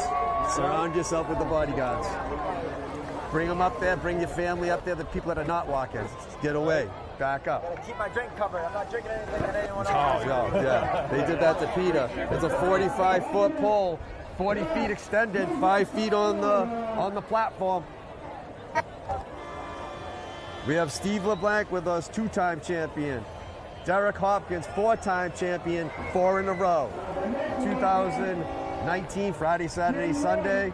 2022 on Sunday, going for the 5-peat. It has not been done since Peter Black Frontero did it in 87, 88, 89, 90, 91, 92, 93. So we're touching on what Derek said about growing up and in your family. Like I said, it was in my family growing up. You lie in bed at night when you're a little kid and you dream about it, don't you? So you almost kind of will it to happen, and you think about it so much. Yeah, and Steve was like coming out of a cannon when he walked. Him and Cliffy Carlson. Whoa! Whoa! He almost went. He almost went into the back of the Grady White. George Black is up. We're getting to the end of the list. We have 1, 2, 3, 4, 5 more walkers, and then we're going game on. What are you thinking at this point, Steve and Derek? It's almost game time. You get one more chance. That's it. Yeah, it's almost game time. We got one shot. There goes George Black. Sometimes you get a second, but not often. Marcus, Biondo, Martin. You have to capitalize on it. Here we go. 4 walkers, and it's got to be game on. Times after I've hit the water, I mean, there's so much talent up there. Well, Sunday especially. Sunday. Whoa! So you sit in the water. Sal LaGrasso. And you let the walkers go, and you're like, all right, this guy's going to win, this guy's going to win. Then all of a sudden you're like, oh, damn, I'm coming up again. So you hustle over to the ladder, walk up the ladder, get up the ladder, struggle to get up the ladder, and make your way to the front again. All right, here we go. 3 walkers till the top. The courtesy round just about over. Sal LaGrasso. There he goes. Little bum. I wonder if Carter Salvy's mom will talk Randazza. about him tomorrow. What's that? I wonder if Salvy's mom will talk about that walk tomorrow. Carter Randazza. Very excited about the other day. Carter Randazza. Last on the list is going to be Noah Smith, and then we're back to the top. Hey guys, do the conditions matter? High tide, low tide? For me, the high and low doesn't matter. I'm not afraid of heights, but the wind can certainly affect your walk. Whoa! I haven't That was walked in a... the rain, but I'm sure, you know, if Here it's comes cold, Noah Smith. cold and rainy, Last guy up. don't mess with you. Yeah, Sure. I like low tide. I'm a low tide guy. Yeah, Separates the men from the mice. Really? I have no problem how high it is. It's like a 20-foot drop, Yeah, the 15 drop's feet. nothing, and if Nothing, anything, huh? it might freak out a couple of guys. Couple up of there. guys, yeah, it gets in your head. Gives you maybe a better chance. If it doesn't affect you, that low tide could be good. Well, you Right do about have, it medium is high tide. tide tomorrow. High tide's at 5:30. Yeah, it is high tide. I haven't had high tide. The 2 years I've walked. There goes all Noah low Smith. tide. Here he goes, Noah Smith. There's a lot of grease off the pole. Where we at, John? Here we go, Friday champ, Colin Sweet. Friday champion. Here we go, Colin Sweet. What are we thinking now? That first round, do you want to take a lot of grease off? It depends. Some guys go out there and, you know, when they fall, they swipe grease off. Other guys don't. Yeah. That's Do you get nervous of maybe taking too much? Well, you're the second walker, but whoever wins this is going to be the first walker tomorrow. up there with you tomorrow. Let's see this walk. Here we go. You only Friday get one, champ. You only get one number one walk, That's it. and it's the best. Yeah, walking first, untouched It's the grease. best. I was extremely excited Yeah. to get a walk. It only happens once. Yeah. Saturday, That's it. Friday That's never champion happened trying to Actually, get you to got two. championship You got Sunday. 2 number ones. I got the Saturday and the Sunday. They all told me to enjoy it because it'll never happen again. You know, Colin Sweet, there he goes. He's halfway. He's going to 3/4, leaning a little bit too much, far. Steve. Too Leaning a much bit speed. too much. Yeah. Forward. You got to come out, like I said, you got to come out kind of straight up. Nice keep your steady head space. leaning. Yep. Can't have your head leaning. Yep. Leo Canavo Last trying year's to Fridays get to champ. Saturday, Friday 2022. Me, Leo, and Anthony Novello are all on the same softball team. And we all won the greasy pole Friday, Saturday, Sunday. Wow. And we had more greasy pole wins than we did softball wins. It happens like that, right? That's the We best. had 2 wins, but we had 3 flags. Here we go, Leo Canavo, 2022, Friday champ. There he goes, halfway. He's going a little over halfway. It's a good walk by Leo Canavo. So we'll talk about the flags. My 2 flags are rags nailed to sticks. Yeah, it was different back then. Someone just took a Took a T-shirt. t-shirt. My Fired it on Sunday there. win, it says Saturday 1992 champ, and then it's crossed out and it says, it's written 94 You got a Sunday. Sharpie out? I have a Sharpie, I swear to God. That's unbelievable. Yeah, Frank one of my, Taramina, there he goes. My dad's first Frank flag was, Taramina. was just Salvi Benson took a T-shirt. It's a Marlboro.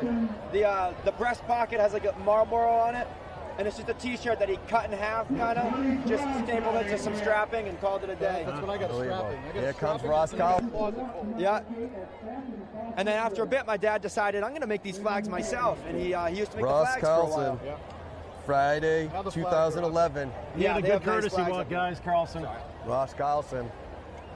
What do we say, Ross? Cousin Ross. Here we go, Friday 2011, Ross Carlson. Come on, Ross. His dad was a great walker, Cliffy. Love to I know see him we'd up love on to see Sunday. him take it down, and I know Ross would love it. Here he comes. Here He's we got go. about halfway, had a little glitch. He got through. There goes Ross. Oh, good walk, That was Ross. a typical Ross. Good Just walk. looked steady, and like Derek said, now he got through the first hiccup, and then it looked like he slowed down. That's the toughest thing is you're never going to do it straight up and down. You have to be able to recover from your imbalances. Yeah. That's the only way you're going to make it. Joe Branks Jr. Joe Branks Jr., Friday, 2010. Here we go, another good walker here. What's up here, Joe Branks? Joe Branks, Friday, 2010. Folks, you're listening to John Nicastro, two-time Greasy Pole winner Steve LeBlanc, and four-time and defending Greasy Pole champ on Sunday, Derek Hopkins. We thank all of you guys for being with us today, and thanks for watching. Thanks for having us. Thanks for having us. Peter's This is Fiesta. great. What a time. Here he goes. So another quick story of mine.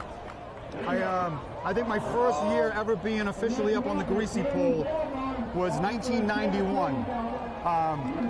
1990, I was down in basic training down in Fort Benning, Georgia, so I missed that summer. 91, I came back, and I'm up on the Greasy Pole. I think I was 19, and I'm looking around at all these old guys, and I'm like, man, I was just a little kid at the time. I felt like a little kid.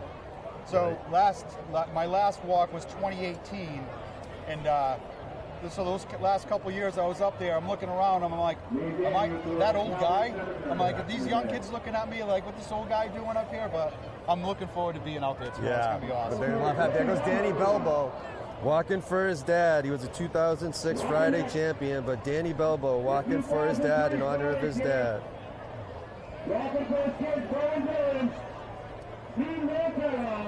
Just take a second. Look Steve at all the people on Militello, this beach right now. Friday, It is 2005. unbelievable. I wish it was a little bit more beach. Right? The high tide. Yeah, but the Steve boulevard's packed Militello, too. Friday 2005 champ. There goes Steve.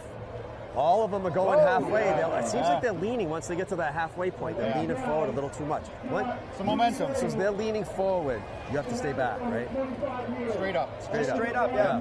You can see they start straight up, and now they're leaning I forward a think little too going much. too fast is just like, I don't know if you guys golf at all, but if you're too fast in your backswing, and you try to swing way too hard, you're probably going to slice or hook the ball even more than you would have. And it's very similar to this. If you go too fast, any small hiccup is now much tougher to recover from. So it's important to find that, Here goes that Frank. perfect speed. There's your pick, Let's guys. go, Frankie P. Pacheco. Frank Pacheco Come here. on, Frank. Squiggy just went. Scott Lane. Squiggy. Here we go. Here we Go, go. Here we Frank. go. Go, Here we Frank. go. Go, Frank. Oh. Good walk, Frank. I was praying for him. Bobby Montanaro. So Frankie's got it in his blood. His Walking brother, in memory Joey of Connor D, Alston. is a two-time Greasy Pole champ. Joey DeSilva? Joey D, I yeah. didn't know they were brothers. Yep. Joe and Frankie are brothers.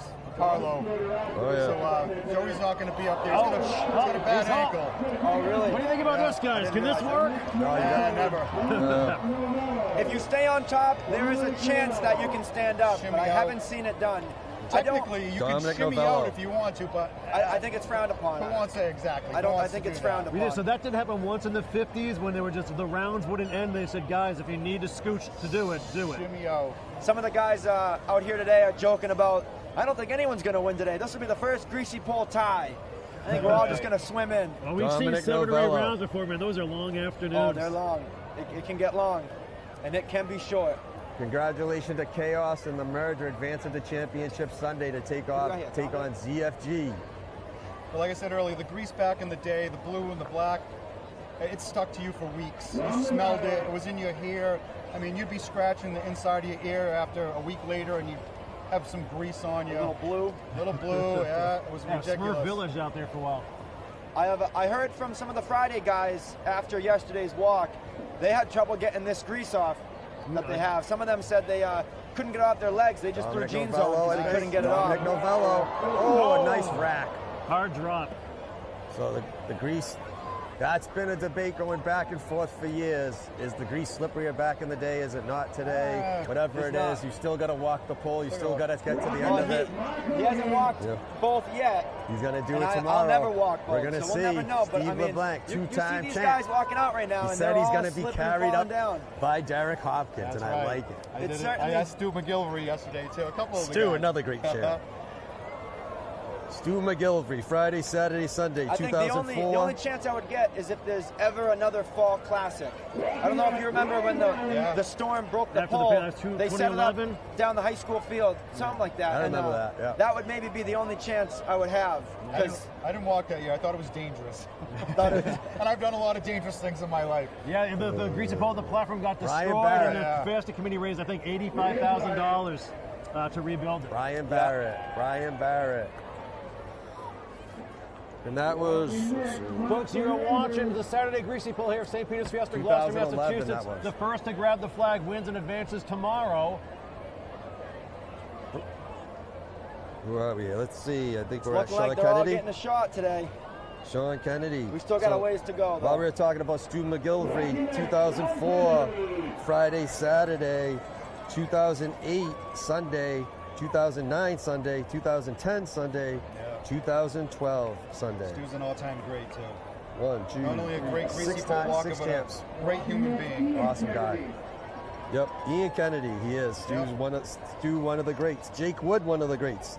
First guy ever to win it Friday, Saturday, and Sunday, 1999, and then went 2002, 3, 5, and 6 on Sunday, 7-time champ. That's Jake Wood. In the discussion, Derek Hopkins, 2019, Friday, Saturday, and Sunday, 2022, solidifying himself in the discussion as one of the greats. Will he go down as the greatest? Well, I mean, it's amazing looking back at your life and all, like, greasy pole wins stick out to you. Like, I remember Ian Kennedy, Jake's three-peat, seeing that for the first time. I mean, that was pretty wild, That was right? the first time they ever had the Friday, too. Yeah. In 99, they opened up the Friday pole, and he took all 3 days. Yeah, my favorite is still, honestly, when Richie went and got the flag after it almost dropped. That was so cool. That was unreal. We had John Parisi one day swim out and won. Second round, he swam. I remember that. He swam out and decided, I want to do it. Jody Young. He's like, I'm out there, and he won that year. I remember being like 14 years old. I'd be out on someone's boat watching. I'm right there. And then we're getting into the second, the third round. And I'm like, I can swim up there and do this right now if I was just 18. Kenny John Parisi's another neighborhood kid. Yeah. Kenny Stubby Azzaro. You know what, too, is John Parisi, Jake Wagner's John's cousin. They're related. So it's nice because Johnny Wags was up there for a million years. I'm going to give a shout out to Johnny Wags. God rest his soul. So it's nice to see his kid out there winning. He's a good walker. Johnny always wanted to win it, and it was in his blood too. But for his kid to represent him like that, that's awesome. Jake's a good walker. Jake's a tremendous good walker. These poor kids can't get another chance. There's a guy that won't give him another chance. Derek Hopkins is saying, nah, you're not getting another chance. We got up here. Okay. Somewhere in this area. Okay. I don't know who it is. Here we are in the second round of Greasy Pole Saturday. Whoever wins today will go to Sunday. And there he goes. Oh, there's a backbender and a little twisty twist. I think that was Kenny Azzaro. We're going with Tyler Parisi. We're about halfway through. This will be a good one. I'd love to see him rip it down right here. About halfway through the second round. It's live right now. If it goes down, the courtesy round is over. And there goes Tyler Parisi. Tyler.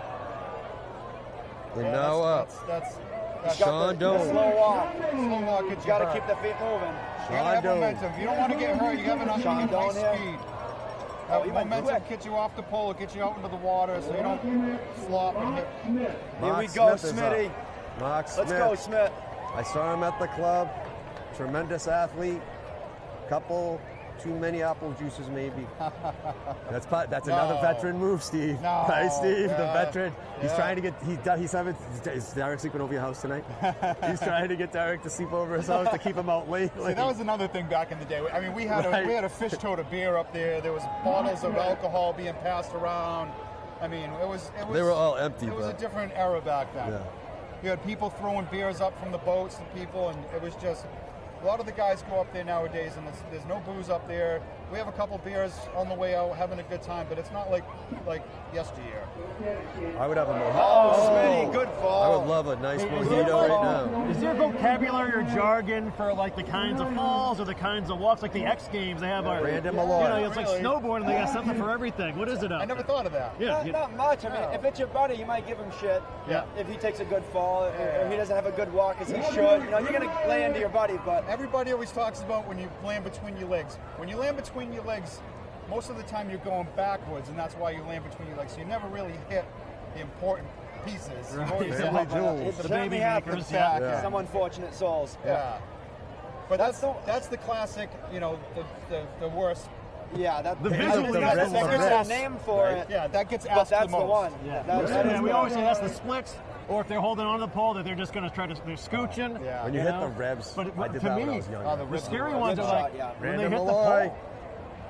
We've had people bounce Brandon their head Malloy. off. Yeah. I remember a few years ago, Jude Mike Lefebvre, this was a Whitney. while ago. Jude's feet came up from underneath him, and he landed on his back, and his head hit the back of his head hit the pole. It was scary. Yeah. Oh, it can be Where's bad. Squiggy? Ready to get ready? Oh, it's great. Is that Squiggy? Yeah. What a walk. We have not seen a dress win in quite some time. Marcus Caton. Now, we should say that women have competed before in the pole. Dating back, I think it's like 1971 or so, every now and then, but we haven't seen it in a little bit. I think there was 3 total. Yeah. Turns In my out mind. they're much smarter than men. Yeah. But it's not against the rules. They can certainly do it. Just it seems like none of the girls want to do it. Yeah. They don't want to sign up. There's nothing against it though. No. Marcus Caton, and next up, if it goes down, it's good to go. Mike Oliver in the second round. We're a little over halfway in the second round of the Greasy Pole. He was the Mona Lisa on today. Saturday. Trying to get to Championship Sunday, where Championship Sunday, it would already be gone. Should be a good day. I think St. Pete's going to clear up the weather for us. I think the sun should be shining by the time we get out there. Let's hope so, bud. There he goes. Mike Oliver. Mike Oliver, good walk. So being a champ, you're a part of an elite group. It's something special, but being a Sunday champ is different. You get a lot of guys out there that are Friday champs, that are walking. So you get a lot of guys out there on Saturday that are just Sunday that are Saturday champs. But That's quick. when you're a champ of champs, it's just Look at Squiggy. it's an amazing feeling. No, like on the paddle bus. That's Squiggy. How the hell did he get in so fast? Look at him. Gave him a ride. This is what happens when you have too many apple juices. Hey, he had a hell of a walk too. Look at And him. he said, you know what, that's it. Didn't get it, I'm going in. Classic. Now yesterday, I believe, the guy that almost grabbed it, Look at the guy in the kilt down there. he had his first walk or something. He swam into the shore and then swam back out again. Is that, Some was that people- Nicky some people say- Terramina? I believe so. Yeah, Nick Cooper just missed Nicky Terramina. I think grabbed the flag. That he Jason swam in the Laloff. shore, then swam out. Some people say, hey, he screwed himself. That's bad luck. Hey, so when you actually reach the flag, is it hard to unfasten it from the pole? Does it feel locked in, or do you like have No, to? Not really. It's not okay. The times I've won, it came out like butter. There So goes I Jason guess Lanoff. so when it slips, it's because they just missed it. Yeah, but so I was told yesterday, I was walking down the beach right there. I saw Tommy. I said, hey, just to let you know the Sunday trophy's back in the club. And he said, all right, thank you. And he said, look, my only words of advice this year, use your body weight. And I said, what do you put? 4-inch screws in the flag? Yeah. And I saw Colin's flag down the shrine. I think the nails had to have been this long. Really? They used some massive nails. So it was enough to hold Nick's body weight. He swung around the flag like it was a monkey bar. Yeah. That's not And then that- he couldn't get it out. That's So terrible. We heard Eric Spear was with us yesterday. He said they were 12-inch nails. Like, Peter those yeah, I are heard that. spikes. I mean, Peter that's Scola. My there's Saturday lag win, bolts in there. my Saturday win, I didn't grab it. I leaned this way. It hit me across the chest, and I went through it, and I ended up on top of it in the water. My Sunday win, I just grabbed it. It was a piece of strapping, so it was only this thin. I just grabbed it and ripped it off. So I didn't have any problem taking it down. My Saturday flag is a closet pole, so it was that fat around. My Sunday flag is a piece of strapping. It's only this thin, so it's just all depends. I mean, they got the closet poles up there now, so they really anchor them in. The strapping would break. If they put nails like that in or screws, the strapping will break. Sebastian Masseri. Oh. We actually had it fall off a couple of years ago. You remember that? It just the wind. Yes. Even Doug just last Massey, year when I I won, remember. they ended up cutting the actual flag off, so I walked for a stick. Yeah, the Coast Guard was couldn't just a get it stick. back in. Yeah. It was so windy out there, it actually fell twice throughout the day. One before the pole, one during the pole. And so I walked home Doug that day with Massey. just a stick in my hands. No flag. Word. Next up is Nico Scali. We're at about It's the best the walk home. three-quarters though, limit. Oh yeah. Oh yeah. It is. It's the greatest walk home. It's a crazy feeling. It goes by quick. Oh yeah. And it is it's a good night too after. Oh yeah. Nico Scali. Nico Scali. Oh, Nico Scali. Scali. Nico Oh, Scali. walk, Nico. Over 3/4 of the way, almost. He was at about 36 feet there. It's 40 feet to the end. Ryan, 36 feet. Who is let's gonna? do it. Let's go, Muncie. Come When you on. get to that point, your mindset changes when you get 3/4 of the way and you're like, I got it. And if you just got to stay focused and keep doing what you're doing. going. Because once you start to move and think you got it, that's what happens. you know? Especially Ryan today, Manise. because that flag might not come off on a dive. You want to go through You need the leverage. You got to grab up top. Yeah. You grab near the nails. It might not come off. Ryan Manise. Ryan Oh, Manise. Muncie. Happened Hey, to so Lenny now a that bad you've seen step. someone get that close to the end, does it feel like we're getting nearer to the end? Does it really matter? Yeah, it's getting there. Yeah. It's getting there. Anthony Yeah, once you Shimataro. see a guy do it, Especially these guys that know that are good. And like I said, the mental part of it where I got this, not going to get another shot. plus if you get close one year, Oh, yeah. the next year Anthony you're not letting go of Shimataro. that. You know, if you get close enough to almost touch it, but you don't get it, you're going to remember that for a whole year until you get to go again, and you're not going to want to let that happen to you. Colby Mitchell. Colby Mitchell, An athlete. shout out to Good the Mo Show. Good athlete. Let's win it for him, Cole. Walking for his uncle. I got a good He's turnout. walking for his uncle. He's unofficial, but he is Yeah. walking for his uncle here. Uncle God Mo. bless his soul, Mo. Colby Mitchell getting towards the end, the 36th walker. We're getting He's to another 45. kid I used to go out to the pole with when I was younger. We've been out there a ton of times when we were younger. There he goes, Colby Mitchell. Colby Mitchell. Colby Colby Mitchell! Mitchell! Good walk, Colby. Good walk. Jared Martin. Speaking of Mo, talk about a Fiesta spirit. My God. Jared It's Martin. amazing. And speaking of that, we have Samantha Frontiero Barrett joining us to do color commentary for the poll tomorrow. Nice. She's great. Sam's the best. Yeah. Talk about leading Fiesta. Oh, my God. Oh, yeah. Josh Oliver. So that's another record I'm going. So I'm trying to stop him. Samo's the long. No, Russell I think is the longest in between wins.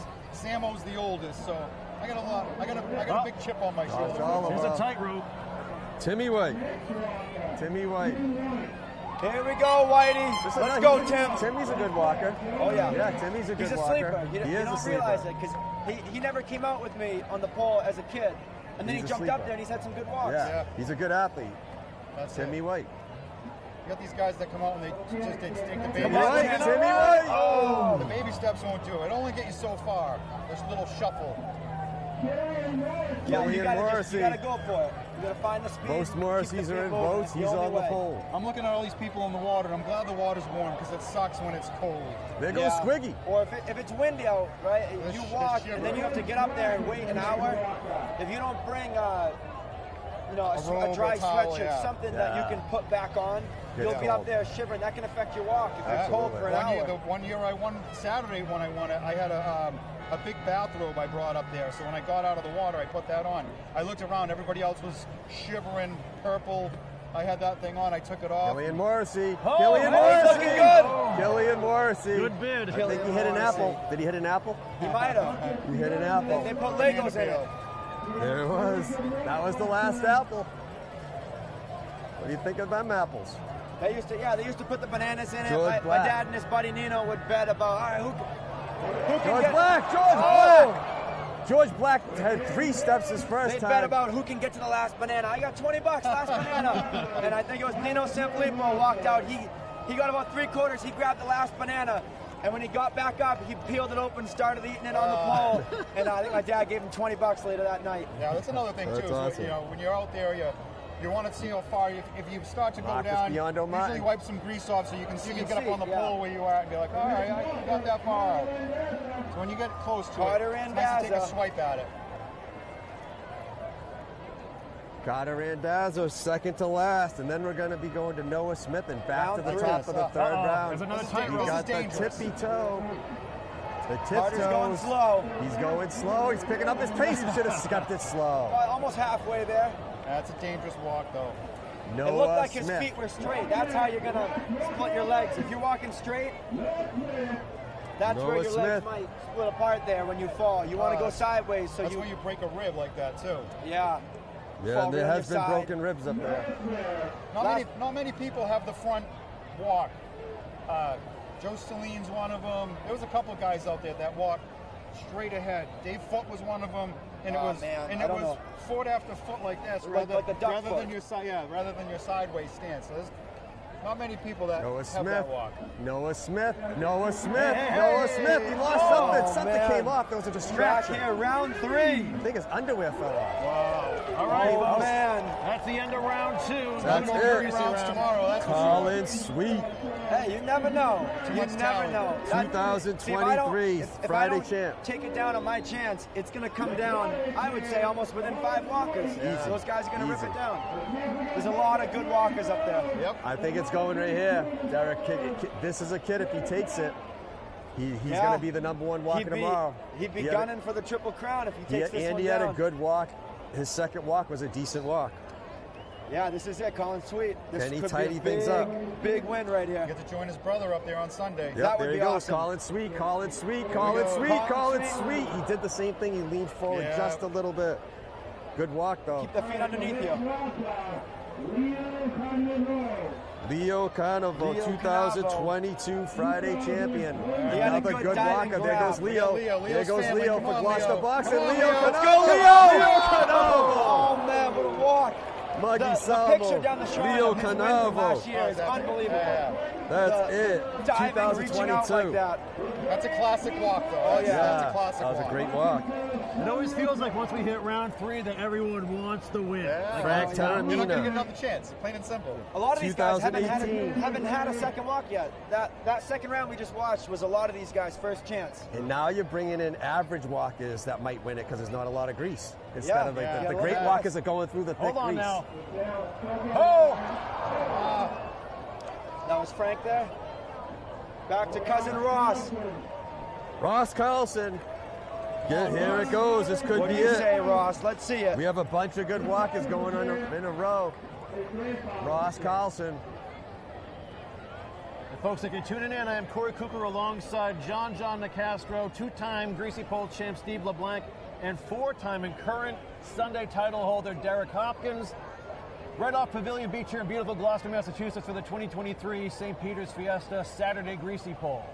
They're in the Today's third winner round. competes tomorrow. Let's go, Ross. Third round. He's waiting for his moment. Ross He's not Carlson. going to rush it. Taking his time. He knows It's been this a will while be since his it's been a last third walk. round, This so will be his last He's walk. going to make sure that he's ready to go.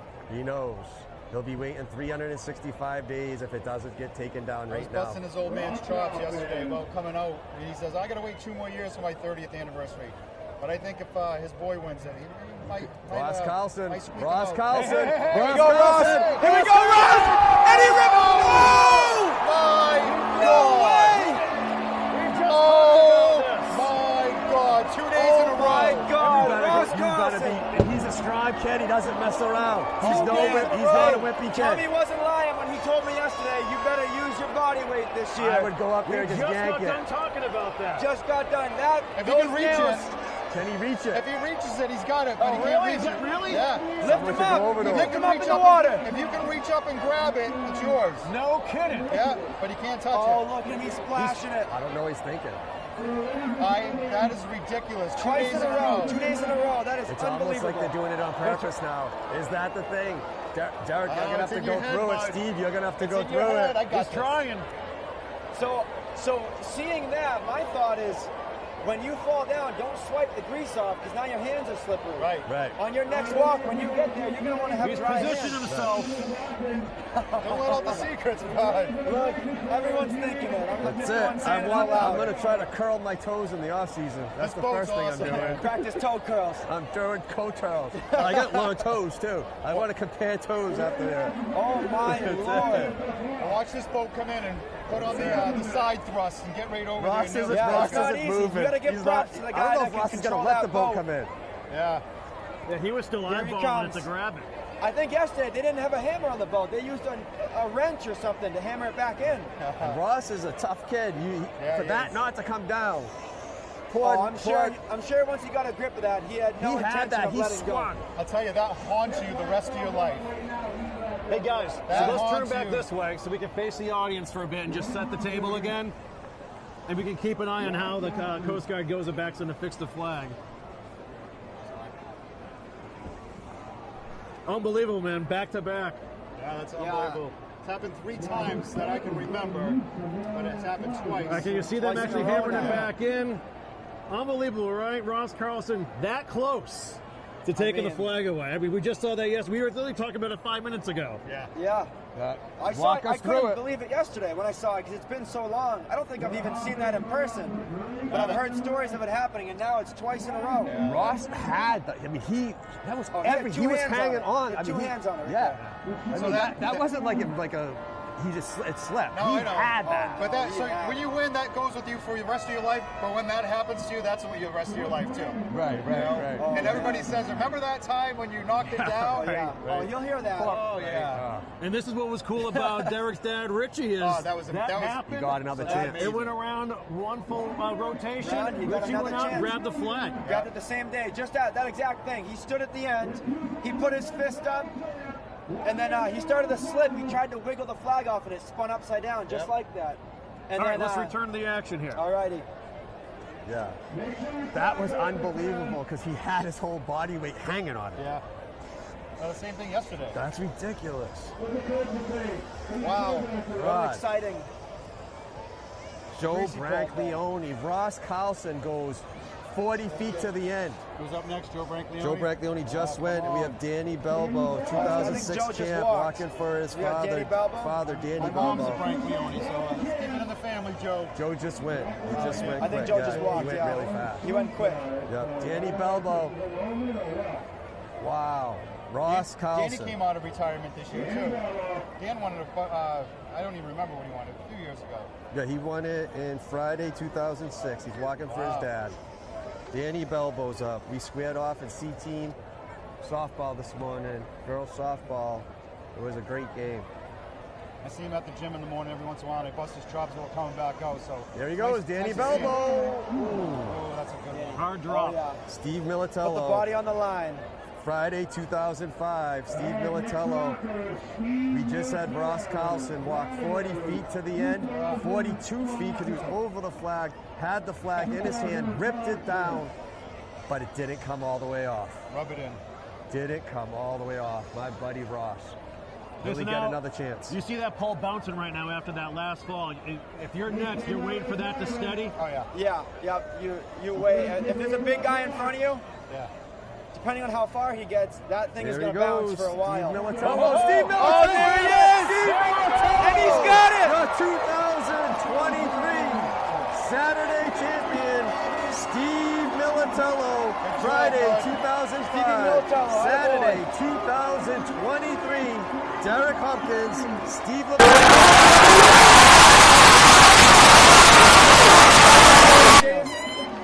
No, this is We going have to be a lot Steve of fun. LeBlanc here, two-time champ, Saturday, Sunday. We have Derek Hopkins here, four-time champ, and the current champ, 4 in a row. Welcome Going to for Sunday. 5. Steve Militello will be in front of him. Welcome to Sunday, Welcome champ. to Sunday. That's it. It's a whole different ball. They saved the most grease for Sunday.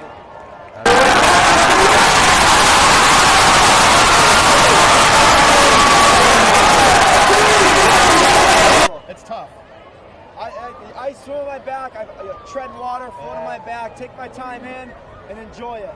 You got everybody coming up to you, high-fiving you, pulling you under. Yeah, you want a to little hold the bit of the, flag up. You swallow a little bit of water. it's a tough swim. And, yeah, until people kind of lay off you a little bit, they do swarm you, but once you have your space, it's a nice, relaxing swim. You can just take your time, enjoy that moment of serenity until it gets all crazy. The best part about taking the flag down is you hit that water, you got the flag. The silence. You come up from the water, you break the water, and it's just the horns, the crowd.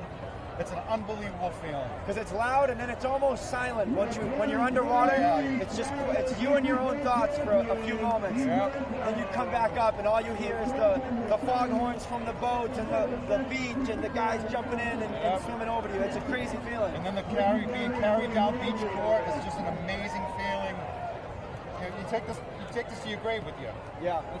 It's amazing. It goes by quick too. You almost forget it in the moment. It goes by like 30 years like that. All right, Steve. Here he comes, Steve Militello, 2005 Friday champ, 2023 Saturday champ, and he's into championship Sunday, swimming in. He's going to be walked up beach court. I hope Ross Carlson doesn't buy a drink tonight. So he's, Yeah, he doesn't. Needs to be set up. That was the good thing about this is everybody wants everybody to win. Ross will win it one of these years. Every year he comes close. Ross has got no animosity toward anybody. He's going to go up to him and say, you know what, man, great walk. So, he might say, hey, you're welcome for loosening up.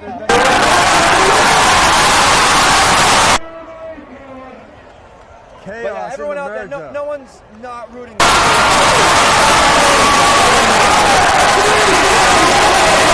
Everyone's excited to see it. You want to put that guy on your shoulders and walk him up. You're all brothers, plain and simple. Friday through Sunday, you're brothers. You greet each other, you hug each other, you give each other a kiss sometimes. I love you. It's a good group brotherhood to be part of. So now this makes Steve the first walker tomorrow? Yeah, so he'll walk right before me tomorrow. Yep. What do you think now? So he's got a chance, right? The thing with winning Sunday is that no matter what, you've got a guy in front of you that can win because he just did it the day before. And he had a good second walk. And he had a good always second walk. Be someone that can win. So it's never a guarantee. You don't know what's going to happen. He had three walks today, and he's going to have 2 tomorrow at least. Oh yeah. And out of the 3 he had today, 2 were good walks. One was the win, and his second walk was actually about halfway to 3/4. He had good walks. I might be putting him on my shoulders tomorrow. I'm going to have to ask him to be one of the carriers, bring me up the beach. I love it. Nice. Right? Yeah. Hey, young kids. What number walk are you? I'm a couple 100 pounds, so I need some guys to carry me up, So for those at home who haven't witnessed this before, the winner comes in, gets carried on his brother's shoulders, and where do you go from there? They're going to head right here down Beach Court. They're going to take a right at the Fiesta, and there's a shrine set up by Eric Spear, who does an awesome job. He puts a lot of time and effort in.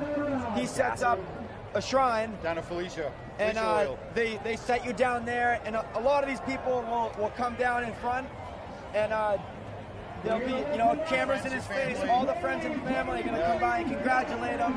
There's going to be a lot of chants going off, and then from there, the world's your oyster. Whatever you want to do, you go do it. Drinks will be free for him tonight, that's for sure. Yep. So where are your flags?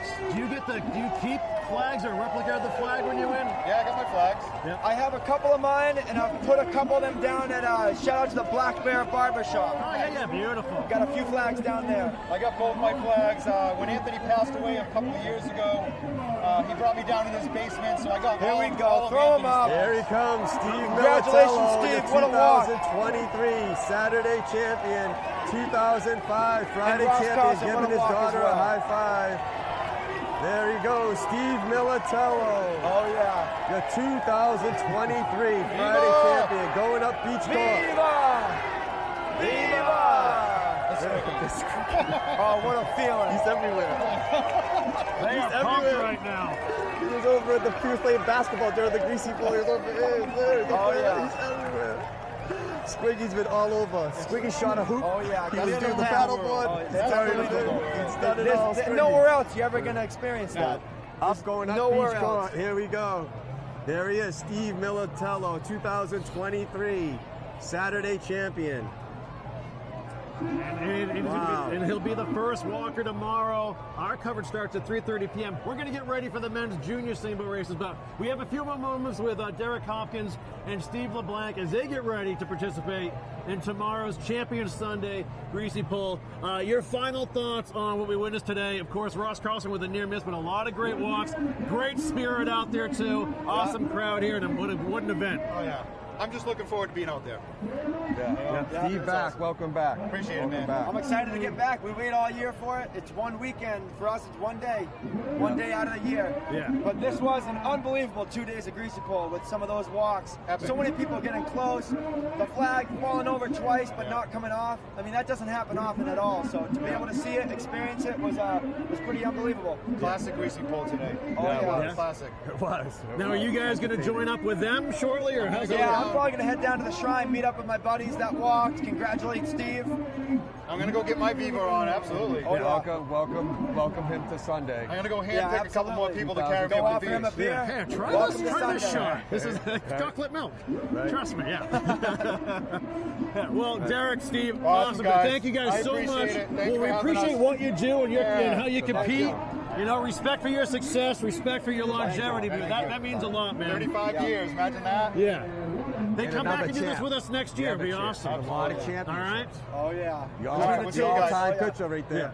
Thank you. Good luck tomorrow, guys. Take care, guys. Yeah, Derek Hopkins, Wish them Steve luck, Jordan. LeBlanc, Wish them luck. multiple winners of the Greasy Pole. You got to go, Mark? See you later. Bye. John, amazing, huh? Yeah, I mean, that was that awesome. was something. That was really That cool. was amazing. We're still on camera. We're still live. So there you go. So Steve Militello, he's going to be competing tomorrow with, I believe, maybe 31 or so other competitors of all former champs for the Sunday pole. So Saturday's like probably the largest gathering of the Fiesta, but Sunday with that Day of Champions, it means so much to us locally here. Right. We can't wait to get right after it. At the Steamboat races and the Greasy Pole. Yeah, it's just incredible. And you start the day off with a mass. You have a mass in the morning, right? And then you have a mass in the morning, and then you have The parade, right? The procession. Yeah. Yep, you have the parade. There's just the carnival, the Greasy Pole, the same boats. You have everything. Yeah. It's just great. You have And a little bit of everything. We're a super tight-knit community, but the great thing about Fiesta, those who have moved away and come back home, there's all kinds of reunions, cookouts, barbecues going on. So, I mean, it's the best time of year around here. If you haven't been here before, put a push pin in your map for Gloucester, Massachusetts, folks. All right, so we have Phil back here. Yeah, Phil Francis is back with us. He's a four-time Steamboat champion. We have the men's junior Steamboat semifinals happening right now between the Naughty Buoys, the Salty Seamen, and the Apostles. I had to switch to hand mic because I'm so electric. The other one was blowing out. You're on. He just Googled that. Yeah, He just Googled that. I like it though. I love it. I love it. Phil, I just love Phil. Yeah. But we have in this race, we have right here, we have Naughty Buoys. Naughty boys. The naughty boys. Oh, there it is. Okay. The I can't read it, naughty sorry. Naughty boys. Buoys, Naughty Salty Seamen, and the Apostles. But it's I'm not sure which order But it's we're in. pronounced naughty boys. Okay, this is the way it's spelled. Okay. Well, it's spelled like Naughty Buoys, but we know it's Naughty Boys. And this is Harmon. Yep, Mike Harmon, Stare, Bobby Cooper is the coach. Phil, can you tell by now what order these boats are in, or what flags they have? Okay, I'll tell you right now. Joe Balbo is he's with the Salty Seamen. They're in the Nina. They're in the blue flag. Timmy Okay, so Oaks, right lane. his crew has the white flag, and Mike Harmon, his crew is in the blue flag. Well, you just said I'm in blue the red. twice. I'm in the red flag. I'm sorry. Okay, so the Salty Seamen are on the right, far right, in blue. Far right. Yep. Who do we got here in the The middle? Apostles are in the middle. Apostles in the middle. Salty Boys, red flag. No, Salty, I thought you said was blue. Oh, Salty you Seamen. No, have- that's right. Okay. Naughty Boys. Naughty Boys. Naughty Boys. These names are really. Hey, how So did you these have- names slip so- by the committee? Yeah, So well, this one is jeez. Naughty Boys. Yeah. Okay. All right, folks, your guess is as good as ours, but we believe the Naughty Buoys are in the red lane on the left, the Apostles in the white in the middle, And on the right side, we've got the Salty Seamen in the blue. Oh, before they start the race, I want to give a shout out to the people who are really responsible for getting this many kids involved in the junior this year. Mike Harmon, Jerry Shimataro, Cindy Perry, and Jerry's daughter, Caitlin Shimataro. She went after all the kids at O'Malley School and got a bunch of kids from O'Malley to jump in and run. Okay, so over here. Okay, Chris Carvelis to the right. That's the Salty Seamen. They're already ready. Salty Seamen. This is going to go fast. Okay. 2 crews ready. Naughty Boys, hands up. Is that the Apostle? Is that Apostle? Rachel's in the middle. Is Alexis Novello's the coach? Middle crew's going to start the race. Rachel Cecilio. Oh, that's Rachel Cecilio? Yeah, she's a snake. Oh, Rachel She Cecilio. knows what she's doing. Rachel Cecilio, the coach. I believe she is. Yeah, I think that's Rachel. Yeah.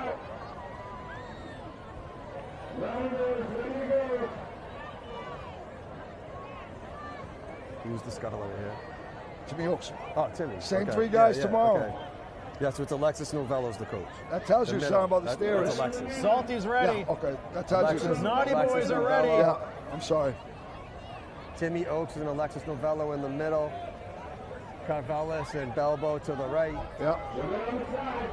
Come on, start it. Let's go. Here we go. Here we go. There they go. We are underway. So let's see. It looks like Good start in the middle. Race. It looks like the boat to the right, Salty Seaman, had a good start. Salty Seaman to the right. Cool in the middle. Really good start. Cool in and the then middle. the middle Yeah. boat. Nice the middle stroke. Boat just all of a sudden laid into their stroke. What a nice really stroke. Nice stroke. Look at these strokes. Beautiful.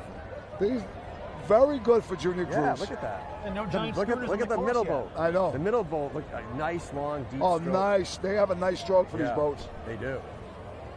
There's a little spidering over here. You can see it. Now that can start to happen. They'll But that fall middle back boat, in. what a stroke. They'll fall back in. Joe Bob, even though he's steering, he'll help make sure they fall back in. You got that.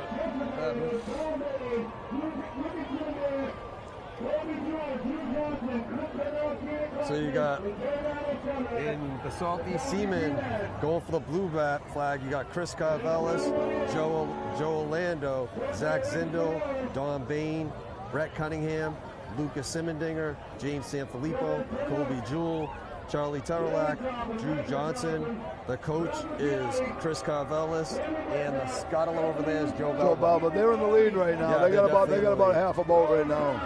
And then in the middle boat, you have the Apostles. You have Timmy Oaks, the scuttler. Alexis Novello is the coach. You have Jaden Toppin, Michael Toppin, John Gigiardi, Cameron Whitfield, Anthony Russo, Ethan Mahoney, Isaiah Francis, Riley Dehan, Jackson Hakes, Caden Souza, sponsored by Seaside Glass. Then you have, going for the red flag, you have Naughty Boys.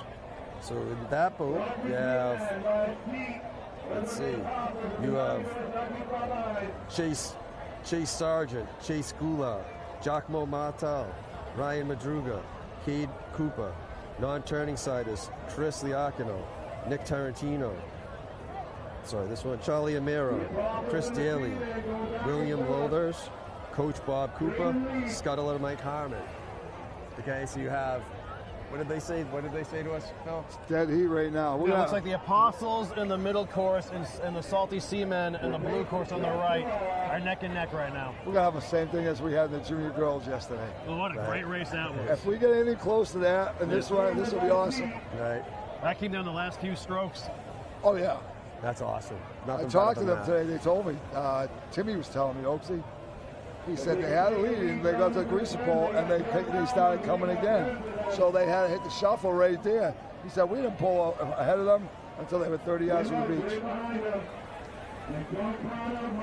All right, folks, you are watching the men's junior same boat semifinals. The top 2 finishers will go on to face last year's winner, the Family Strokes.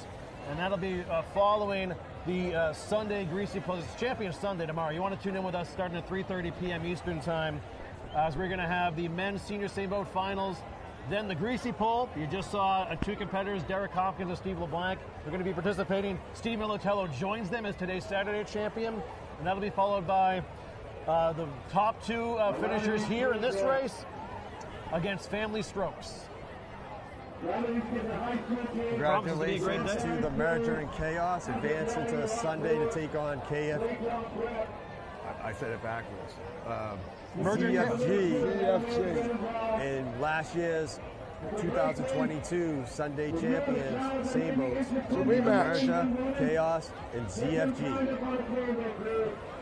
Right now we have Naughty Boys, Apostles, and Salty Seamen, and it looks like Apostles and Salty Seamen are real close. So it looks like Apostles and Salty Seamen neck and neck approaching the flag. It's a half a mile out, turn the boat a half a mile back. They turn at the same time, you watch. We saw a great turn earlier today from Chaos in the middle lane. Oaksy, nice turn. Really nice turn. So you have Joe Belbo and Timmy Oaks going to be going into the turn, and this is where it's won.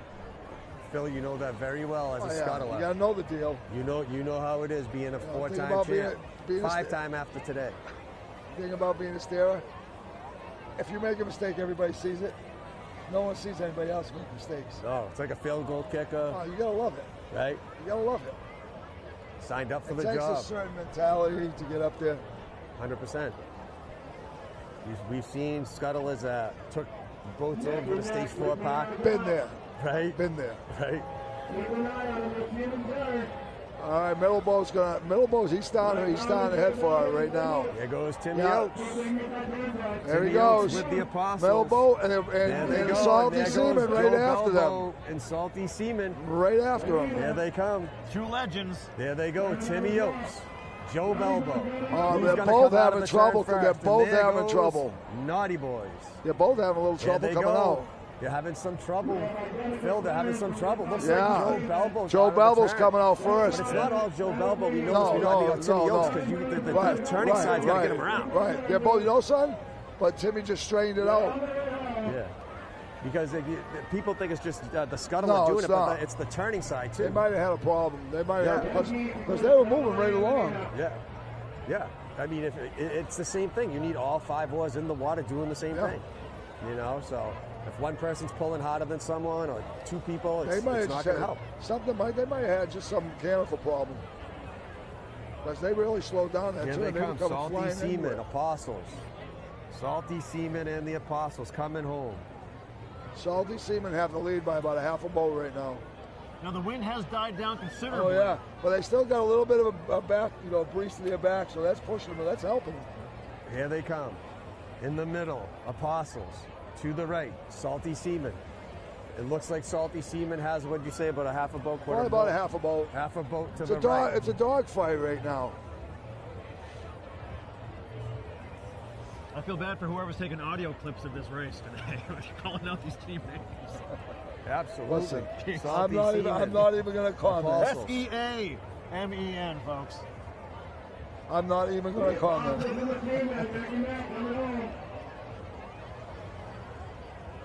Here we go. They say it's a dead heat coming home. Apostles. I gotta say, some of the names that come up with now are just horrible.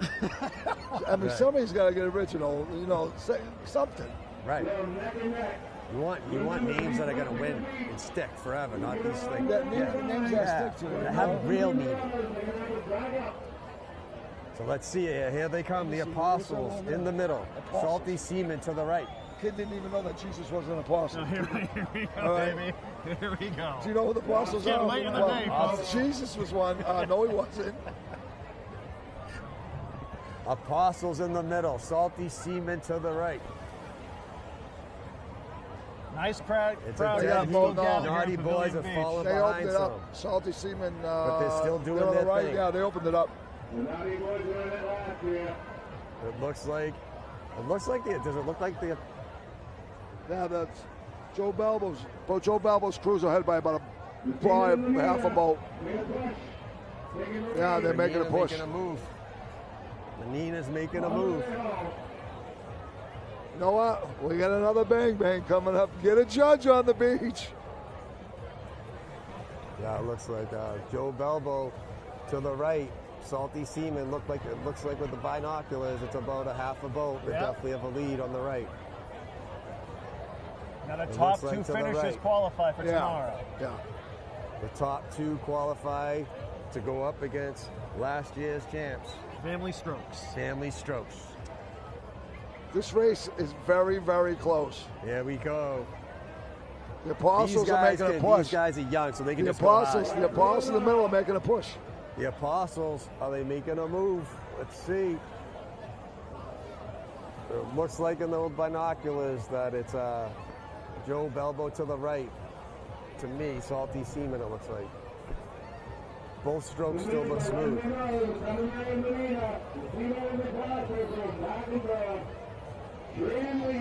Oh, here we go again.